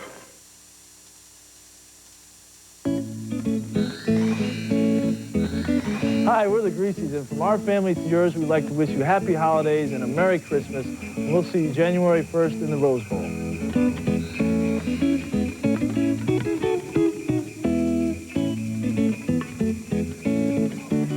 Well, one guy took his Purdue team there, and one guy takes his Michigan team there. You know, I don't think Bob needs anything for Christmas. He's had a pretty good year already, hasn't he? I think you're right. Getting to watch his son play all those games and take Michigan to the Rose Bowl. Yeah. You just saw James Brown, who's having a pretty good day, hooked up on a 46-yard touchdown pass. The trifecta, as my buddy Dick Vitale would say, the three Alabama running backs who've all been in the end zone. All local calls, too. We're saving ABC all kind of money. Oh, man, I hope they send it back to us. You know? Here's the kick upcoming. Nelson Garner, a busy kicker. Of course, as many calls as I've made this week, I'll be spending just as much on us. Tutu Atwell brings it out of the end zone, and as he did so well for the Minnesota Gophers over his career, nice return, got it out to the 36-yard line. Coming up, Marshall and Heisman Trophy finalist Randy Moss take on a strong SEC team, the Rebels of Ole Miss. That'll be the Ford Motor City Bowl, National Car Rental Bowl Week going on. We'll start things off 8 o'clock tomorrow. That's on ESPN. You haven't had a chance to see Randy Moss play wide receiver. He is a special kind of player. One of the finalists in the Heisman balloting. George Perlis got that bowl all set. Oh, yeah, they got a lot of tickets sold for that game. A lot of people excited about it. I bet they got a hospitality suite you wouldn't believe. You bet. Corey Sauter. You just got to beat George up there, that's all. That's not easy. Sauter on a scramble gets about 6. Sean Barber is the guy who made the tackle again, the linebacker from Richmond that everyone's been so impressed with his speed all week this week. He was kind of nice on Corey that time. He just kind of held him down. Yeah. Barber, first team, Atlantic 10. Gary was talking about got the kind of speed that could maybe even make him a safety at the next level. Well, and he started as a safety in his career in Richmond, so he's one of those in-between guys. But I think in the NFL, Brad, he's one of those weak-side linebackers that they're looking for now. Second down and 3. Sauter will work from the gun. Wants to throw a screen. Watch out. Oh, boy, laid it out there and almost had it picked up by the guy we were just talking about, Barber, who came up to make the hit. Don't forget, Jeep Aloha Bowl, the Huskies of Washington against Michigan State coming up next. Rashawn Sheehy, who we missed near the end of the season, is back in the backfield.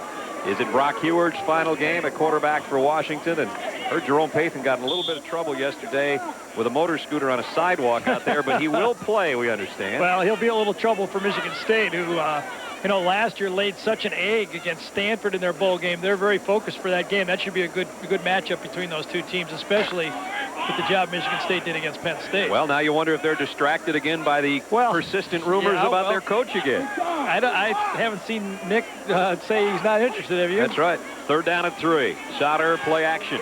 Down the middle, and nice got throw. it. Good Nice throw, his best of the day. You bet.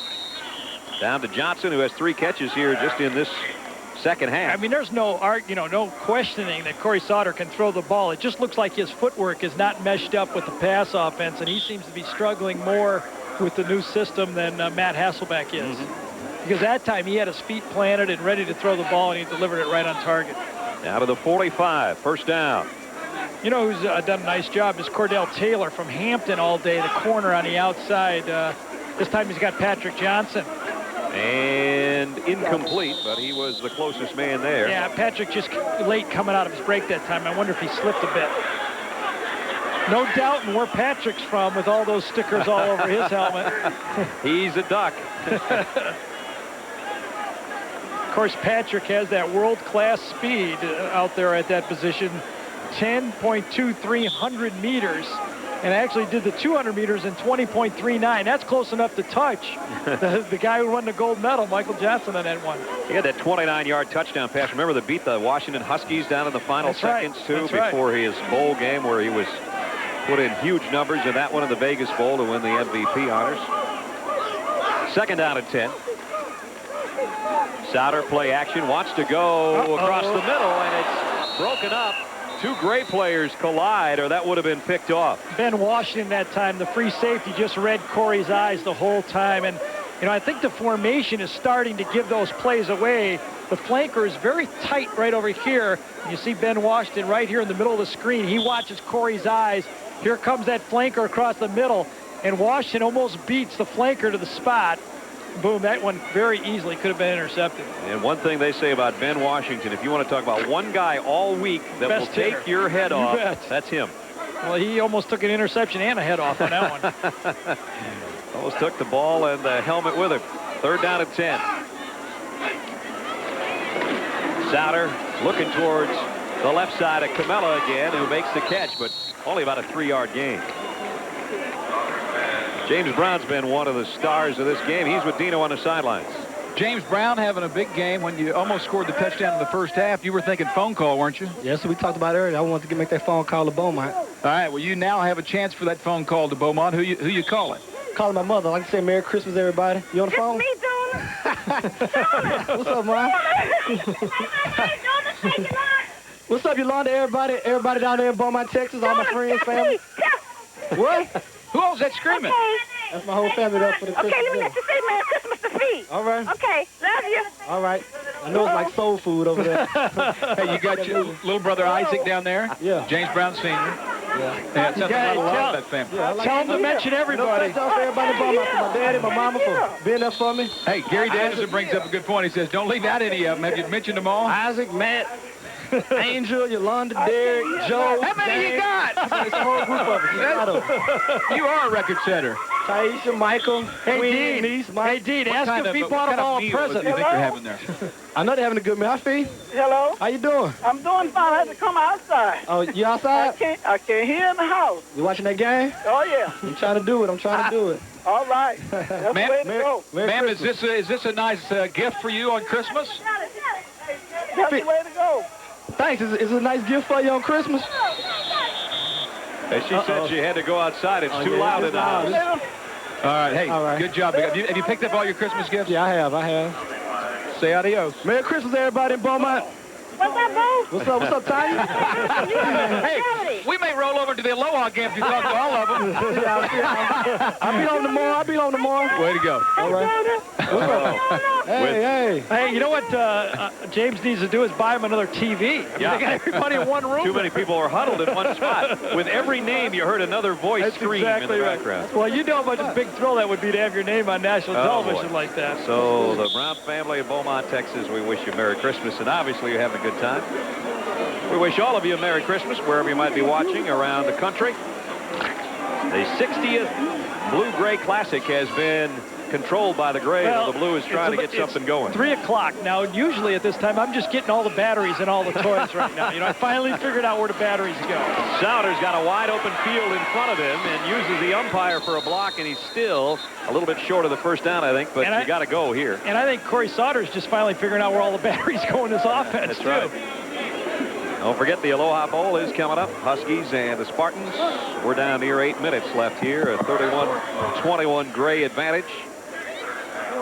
And obviously, the guys on the Gray team have done a better job and felt more at home with their grits in the morning and their biscuits and gravy. And some of the guys from the other states just haven't quite figured it out. They're not used to the warm weather. Maybe. I think they're not used to blocking some of these big guys that are coming in here.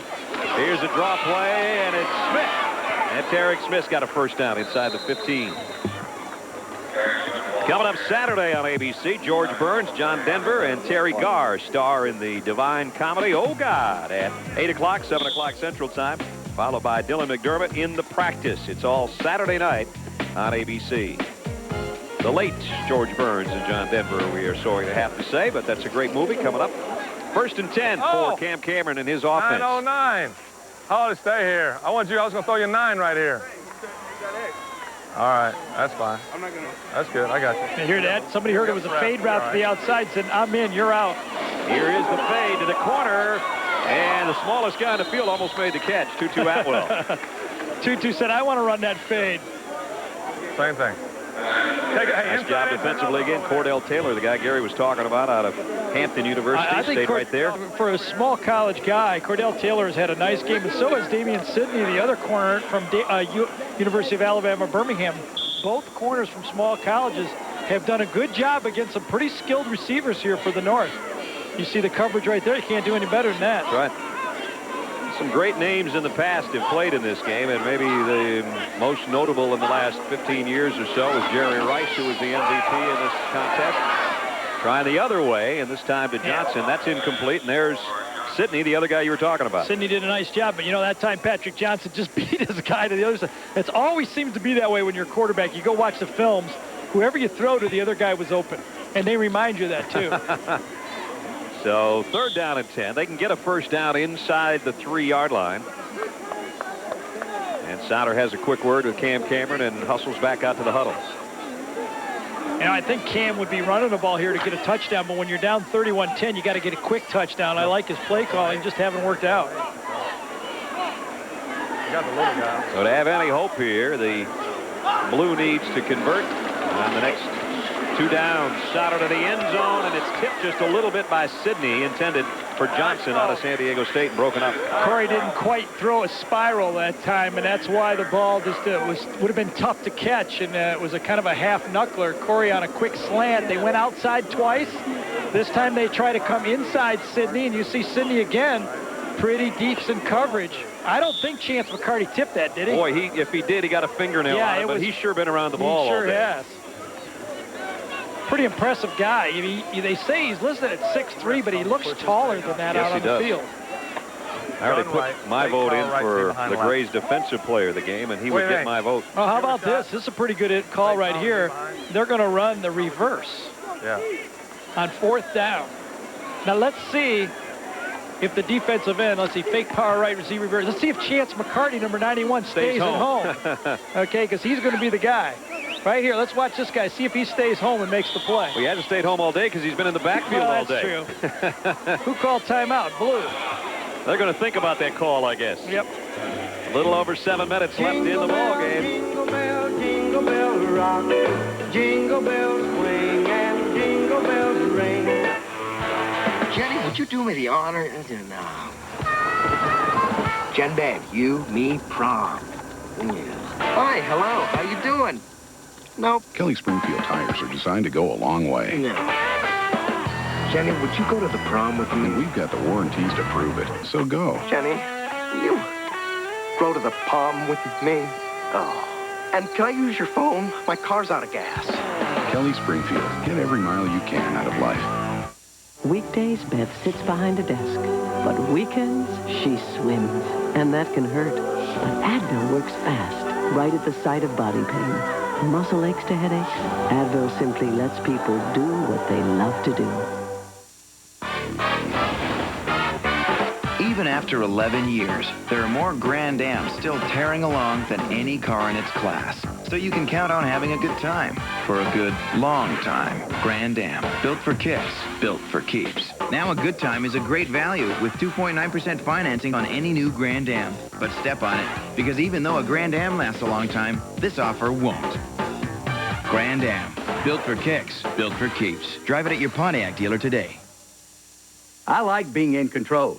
With this new Dinerex, I control the cause of my dandruff every day. New Dinerex Advanced Formula. Its medicine doesn't just treat the symptoms. It controls a leading cause of dandruff called Peel Valley. Now that's serious control. New Dinerex Advanced Formula. Well, we talked about in 59 previous years, now this being the 60th, that they have come from all over the country to play in the Blue-Gray Classic. And the Gray squad, mostly made up of 12 to 13 southern states against the rest of the world, if you will. And you see that just about every college you could conceivably think of has been in this ball game at one point or another. And that's only about 25% of it that we just showed you there. It's 4th down, low snap. Souter in trouble, broke a tackle. Needs to gun it to the end zone. Does. Touchdown. Johnson in the corner. Just about everything went wrong that could go wrong, and they score. Patrick Johnson, they finally get it, number 82's hands in the end zone. And that closes the gap to a 15-point game. And remember, the Blue will get the football back. Take off return. The snap was low. The ball on the feet right there. They missed the protection. Chase comes in. Corey Sauter almost gets the face mask. Turns out Patrick Johnson breaks his route, and Sauter finally makes his best throw of the day for a touchdown. How about that? Just as Cam threw it up. Yep. Cam told Corey Sauter all week at practice, he said, expect low or high on the shotgun, and if you get it in the numbers, it's gravy. Well, he took a low one there. That's right, exactly right. That's exactly how you got to coach. So the extra point, Brent Locklear in for the point after. Capped a 64-yard drive with that 13-yard touchdown pass.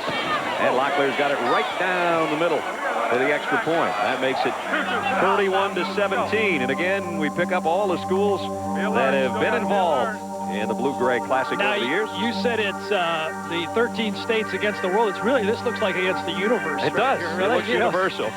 This is just a captain's log, though, so we're not sure. Mars.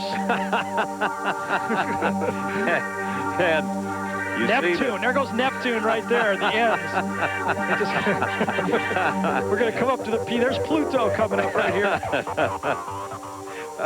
There's Pluto and Purdue are right next to each other. They're same in the alphabet right there. I narrowed it down to Pluto and Purdue when I was coming out. That's right. Well, Venus should be probably our last college, I would imagine. I'm not sure. Or Wyoming. Is that out there somewhere? Yeah, that's true. That's true. Look at all the schools that have played in this game. And they should be proud of that over 60 years. All shapes and sizes of schools as well. And great music, too. Kind of, it's like massage music, isn't it? Indeed, he gets a massage every week. There we go. Youngstown State was the final one in there. Youngstown State in the 1AA championship last week again. So they've come from all over the place. And I tell you what, these two teams have really enjoyed each other's company, at least when we've been around practice. The camaraderie, I think both coaches talked about that this week, how well these teams got along. And the blending of big schools and small schools doesn't seem to matter. No. I guess kids are kids and players are players. Yeah, I think the other thing that we talked about at the Open is that there wasn't much fooling around either. These guys are up for breakfast and ready to practice. So Garner has to kick it back to the Blue, even though they just scored. And they'll bring it out of the end zone. It's Atwell. And Tutu found himself a seam. Broke a tackle. He's across the 40. Atwell slides out to midfield. And the little guy from Minnesota shows his kick return capabilities. A 50-yarder, and that certainly gives his team the field position they were looking for. He came pretty close to breaking the last one, and this time see a little bit of all these guys getting interested in playing special teams, knowing you have to do that to play in the NFL with that salary cap. Great wall there. Pops it, gets to the outside, and then just can't put the moves on quite the way he can on the AstroTurf at Minnesota.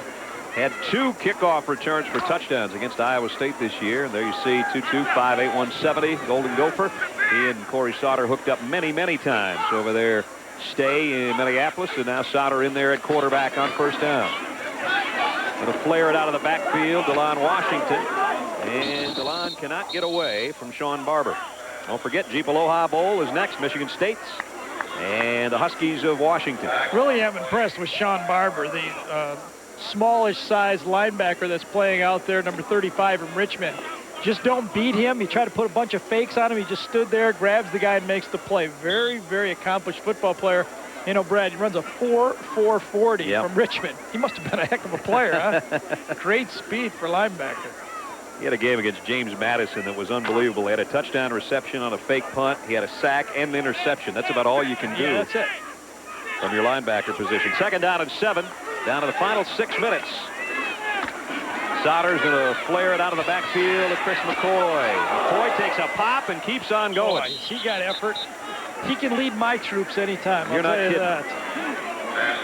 And, of course, Chris is playing for the love of game and for the camaraderie, if you will, because he has a 6-year gig coming up with the Navy. So he's not thinking National Football League.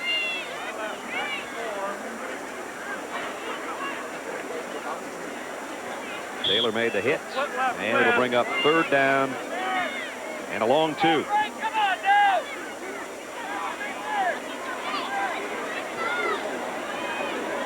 Still with 5 minutes to go. Should the Blues score here, they're going to have to do the onside kick because they will not get that beneficial 10-point ball back. Yep. Right. Sauter wants to throw it out to Camella, and somebody got a hand on it. Probably Chance McCarty. Yeah, that's a good bet. Guessing, I don't think it was because he's not on the field this time, but it could have been. Is he out there? Yeah, he's out there. Well, I don't know if he got it, though. No, Somebody I don't think he did. I didn't see the rush from him inside this time. You know, they tried the same play to the left that they did to the right. It did not work that time. Let's see who got a hand on this thing. There comes Chance. I shouldn't be arguing with it, should I? Oh, he's being held. It is Chance McCarty. And he had to pull his arm out to get held. He did it underneath his neck hole that time. He came up with the hand. Yep. He had to pull his arm out of his jersey to get it in the way. So 4th down. And the Blues got to have this one, or the lights are just about out on this ball game for him. Got bump and run to the outside.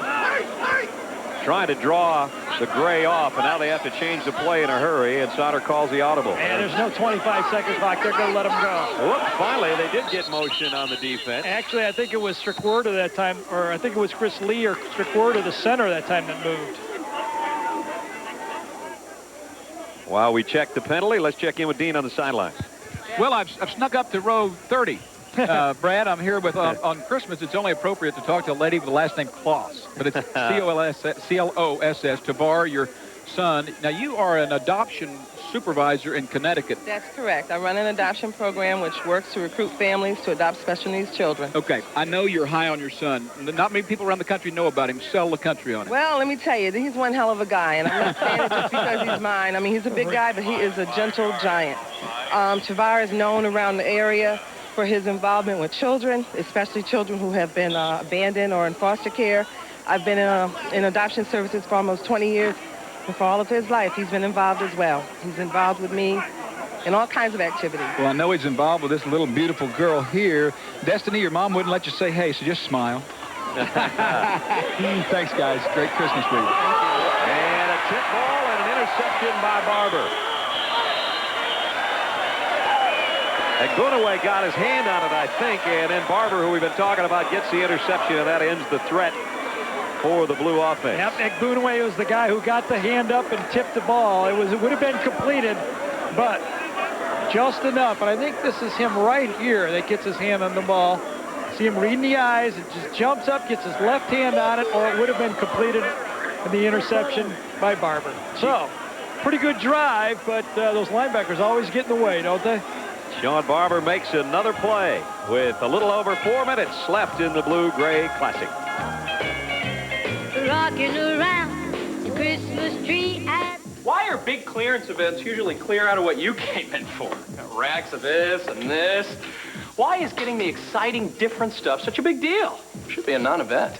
There's a great selection of excitement in store at your Pontiac dealer. And now with 2.9% APR financing, you can get average finance savings of over $2,100 on the driving excitement you want. Glad I beat the rush. Oui, tu as la chance. Yeah, I love chicken. Get great value and selection at your Pontiac dealer. See one today. I will not accept anything less than a perfect quad twisting triple. I will not accept anything less than my personal best. I will not accept anything less than 80 miles per hour. I will not accept anything less than 1 minute 17 seconds. I will not accept any card but Visa. At the 1998 Olympic Winter Games, only the best is accepted. Visa, worldwide partner of the Nagano Games. It's everywhere you want to be. They look the same on the outside. But inside, it's a whole different story. Because Duracell batteries outlast Energizer. And test after test proves it. Better make it the alkaline batteries proven to last longer in the devices you use most. Better make it Duracell. The nation's top teams, the greatest coaches, and the premier players. 3 big bowls, 1 big bash. New Year's Day on ABC. First, Joe Paterno and Penn State tackle Florida in the CompUSA Florida Citrus Bowl. Then, Charles Woodson and undefeated Michigan go for the national title. They battle Washington State in the Rose Bowl. And in prime time, Ohio State takes on Bobby Bowden and Florida State in the Nokia Sugar Bowl. It all begins with the Tournament of Roses Parade, New Year's Day. New Year's Day on ABC. Well, it all happened back in 1939. The late Champ Pickens, who was a promoter in this area, thought of an idea. He says, you know, the North ought to play the South, the college senior all-stars. Let's do it at the World's Fair in New York. On his way to the airport, he ran into Montgomery's mayor at the time, Bill Gunter, and he was telling him about that plan. And he said, you know, we don't need to do this in New York. So it all started here in 1940, 1939, and has been going on every year since, with the exception of 1953. And that year they had the Georgia All-Stars and the Mississippi All-Stars from high school play here at Crampton Bowl. Almost another interception the other way. Joey Elam's that time from Indiana had a touchdown if he'd have caught the ball. Now, Joey played flanker at Indiana the first 3 games and then was moved to defense. I think you can see why. Don't forget, Washington and Michigan State follows us about 4 minutes from now. Left on one-on-one. Ready? I think that's the last pass. Dan hasn't got a lot of throwing here in the second half.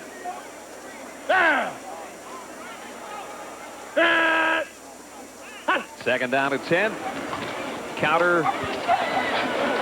Jermaine Stevens trying to get outside, got out to the 28-yard line. Jermaine Stevens saying, hey, Coach, you got the 3 Alabama guys touchdowns. Yeah. How about doing myself? How I'm about your the guy. ACC? That's huh? right.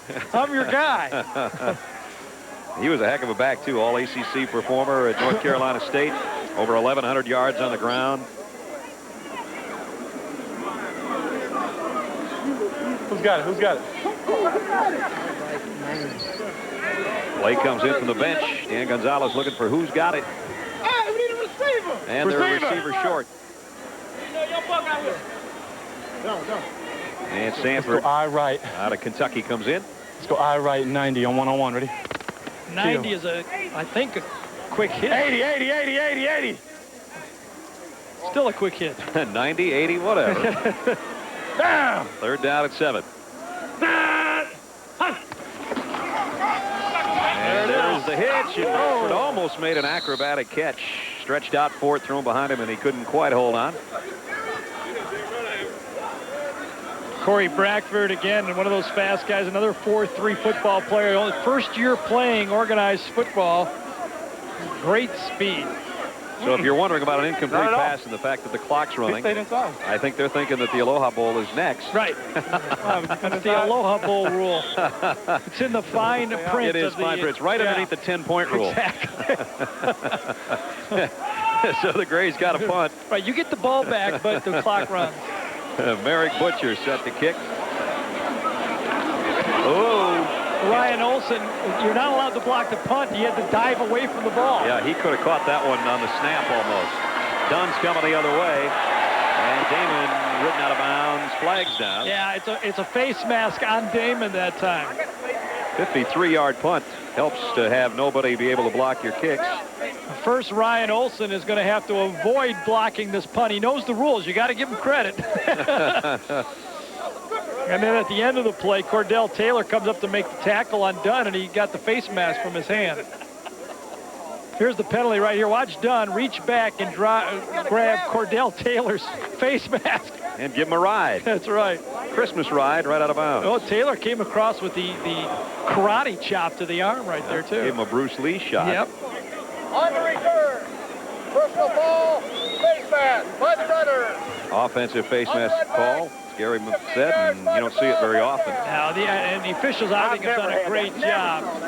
They did a great job of just staying out of the way and let the guys play in this football game. They had to call that one. Yeah, that was pretty blatant. So they're going to have to tighten the mask on Taylor's face mask. Well, the Gray looks like they're going to go to 31 wins, 27 losses, and 1 tie in this. And if that doesn't add all up to 60 for you, as I mentioned, they, in 1953, had a team from Georgia and a team from Meridian, Mississippi play here, the high school champions of those 2 states. Now, I don't get that. See, they had a Georgia team. Oh, wait a second. A Georgia team played a Mississippi team in Alabama. Where don't the Alabama have a football team? Well, no, they figured they'd come from each side and meet in the middle. I don't get that. You're not buying that one, huh? No. Sauter out of the shotgun. And he throws the screen. And Tutu Atwell, his teammate, in the open field. Out across the 40, and another flag flies in at the end of that play. Jailbreak screen to Tutu. Tutu Atwell, the all-time record holder for the Minnesota Gophers in receptions, yards, and touchdown catches. You can see that all 4 of the defensive linemen that time are teed up to get the quarterback. You got 4 guys rushing the quarterback and get rid of it on a screen. You got a pretty good chance of things working. Obviously, I think most of you folks have realized that Tutu is wearing number 22. Right, that's a good one, isn't it? I want to make sure you knew that. Well, he went 2-2 plus 5 there. It was a 27-yard pickup, and with the penalty tacked on, it goes down to the 42. 2-2 plus 5, wouldn't that be 27 yards? 27-yard pickup, that's what I said. All day you've been wondering if I'm with you or not. I know. Here it is again. Let's try it again. See if he goes for 27. More. He might go more than that. All the way down to the 16-yard line. That was the 26-yard pickup by Atwell. Oh, we're having fun. All right, here. what's that then? That's a 2-2 plus 4. It's a good thing we're not doing Minnesota radio every week, huh? Atwell on the same play. Cam Cameron's finally found a play they can block. You just don't block them. Yeah, that's right. Let him go. Let him go and throw it short. I don't think that's going to work again. I think they should try something else. I think a fade. They're going the other way. They're going the other way. Damon Dunn. And Dunn, see, it didn't work the other way, but it does when you come from the left. Dunn to the corner, not quite. Caught at the 2-yard line. They had to change it up, so they went to the left instead of the right. Settles made the touchdown-saving tackle that day. Everybody getting their stats here at the end of the game. Now they stopped the clock. They had to. He went out of bounds. They don't have to. Well, they're going to do this by the letter of the law now. It's 1st and goal. Jailbreak screen the other way. They got this thing grooved. Let's keep practicing it. You think if you're a defensive lineman, I think I'm going to say, I ain't buying this one anymore. I just stand in place at this point. And Damon Dunn, who kind of played in the shadow, if that's possible, of Troy Walters, who's so small. But Troy Walters, who had a great year, all Pac-10 type receiver, the little guy at Stanford, and Damon's actually the big guy of that receiving crew, all 5'9" of him. Yeah, when you're 5'9" and you're the big guy, you know what Troy Walters looks like. Troy Walters, great football player, though. I really was impressed watching him play his 2 games against UCLA and Notre Dame this year. And Damon Dunn, meanwhile, still was able to put together 54 catches, a couple of touchdowns this year. So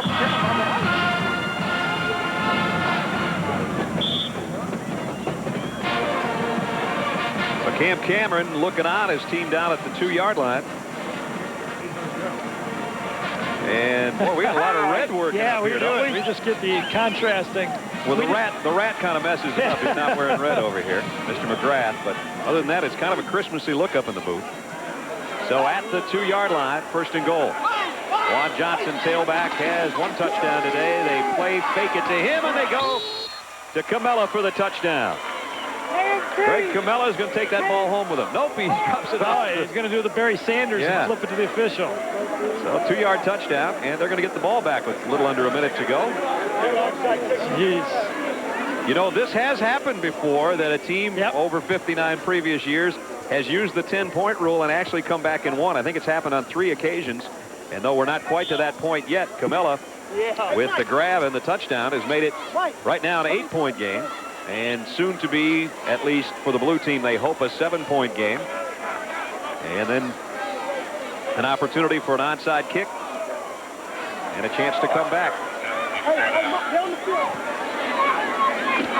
Locklear's extra point is good. So 31-24, 7-point game. The 10-point rule doesn't apply, but the onside kick will. That's coming up, you can bet. Go for 2 and get it. You know what Cam's doing? He's saying if we get the onside kick, we're going to try to score and go for 2 and win it. Yeah, congratulations. They gave you, you earned the MVP. What'd you do? I played awful. That's what I did. You did all right after that first series. You did all right. Well, the quarterback is kidding around. That's all right. Hey, good job, guys. Matt Hasselbeck, whose final game as a win over Army, had a career-high game, almost 400 yards and 3 touchdowns, and the student body carried him off the field. There's a guy I voted for as the MVP of the Blue, Chris McCoy. You heard it, Cam said if he had any more eligibility, come see me at Indiana. Come on, let's get it. He'd have to wait 6 years, and he's still out of eligibility. But as you said, he can lead your troops anytime. He's quite a young player. Matt Hasselbeck, if the name rings a bell, we haven't mentioned it today because it's been mentioned so much over his 4 years, but I know his dad, Don, is very proud of him and was a great tight end in the NFL for 9 or 10 years with the Patriots, and that's where he gets his bloodlines. His brother backed him up this year at BC, Tim, and he's got a little brother, Nate, who's coming up, who's supposed to be a pretty good quarterback, too. So the bloodlines are there in the Hasselbeck family. Hey, guys, let's hear from Mike O'Kane here. What are you telling them to do on the onside kick? Make sure they catch it. Is that all you tell them? Make sure that's all you can tell them. I mean, that's really it. I mean, it's just a matter of it's them, but you got to catch it. That's all you can do. No secrets. I like this. Okay, so if you do win, do you go for 2? Excuse me. If you do score, do you go for 2? Oh, yeah. Yeah, no.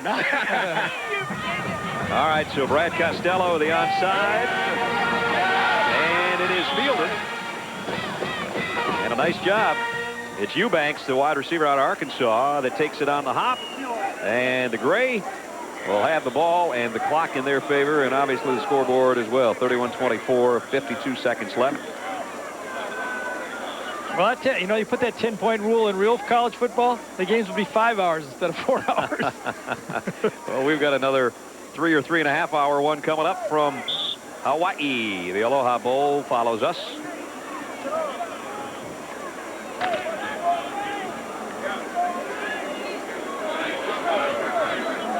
Well, barring a big-time turnover right here, this thing should be over. And a pretty good football game once it got started. Turnovers towards the end of the game. Oh, nobody likes to do that in an all-star game. And look at Mike. Hey, I'm trying to win. Right here. Watch the kneel down throw. I think they should fake the kneel down. Fake the kneel down. Let it go. So we're down to 1 play. Be heads up. And the Gray will have their 31st win in this long-running series. Good job, guys. But the Blue hung in there and came back and made it fun to watch. Heads up now, heads up. Well, the 3 touchdowns by the Alabama running backs have been the difference in this football game. That's right. Hey, Charles, I missed you, man. It was a day for the Tide in Alabama. And from the 60th Blue-Gray Classic, the South prevails. The Gray team wins it. 31-24 is the final. That's going to do it as both teams head out to congratulate each other. 31-24, the Gray wins it. For Dean Blevins and Gary Danielson, I'm Brad Nessler for our ABC crew saying have a very Merry Christmas. Thanks for being with us. Don't forget. First set for Penn State and Florida. And the kick going deep in the end zone and out of the end zone. So Florida will work from its own 20-yard line to start things off. And we check the Florida starting lineup. Up front, the Biggins. Wiley Rich is the only senior. Mo Collins, the only one that started all 11 games with the Florida team this year. The wide receiver, Jaquez Green, one of the most dangerous receivers and return men in the country. And in the backfield, we'll see at least 2 quarterbacks today, but we know we'll see a lot of Fred Taylor, number 21, the starting tailback. And Florida opens with a 3 wideout set. And Aaron Kinney now over on the wing as the tight end. And on first down, it's Taylor. And he's got a nice Brooks opening off the right side and goes for almost 8 yards before Aaron Collins can track him down. Defensively, for the Nittany Lions, up front, Matt Fornattle's the smallest, but he's also the leader with Fleischauer, Kerpakis, and Courtney Brown. The linebacking core, Jim Nelson and Aaron Collins make their 37th straight start together. Brandon Short, the other backer, and in the secondary,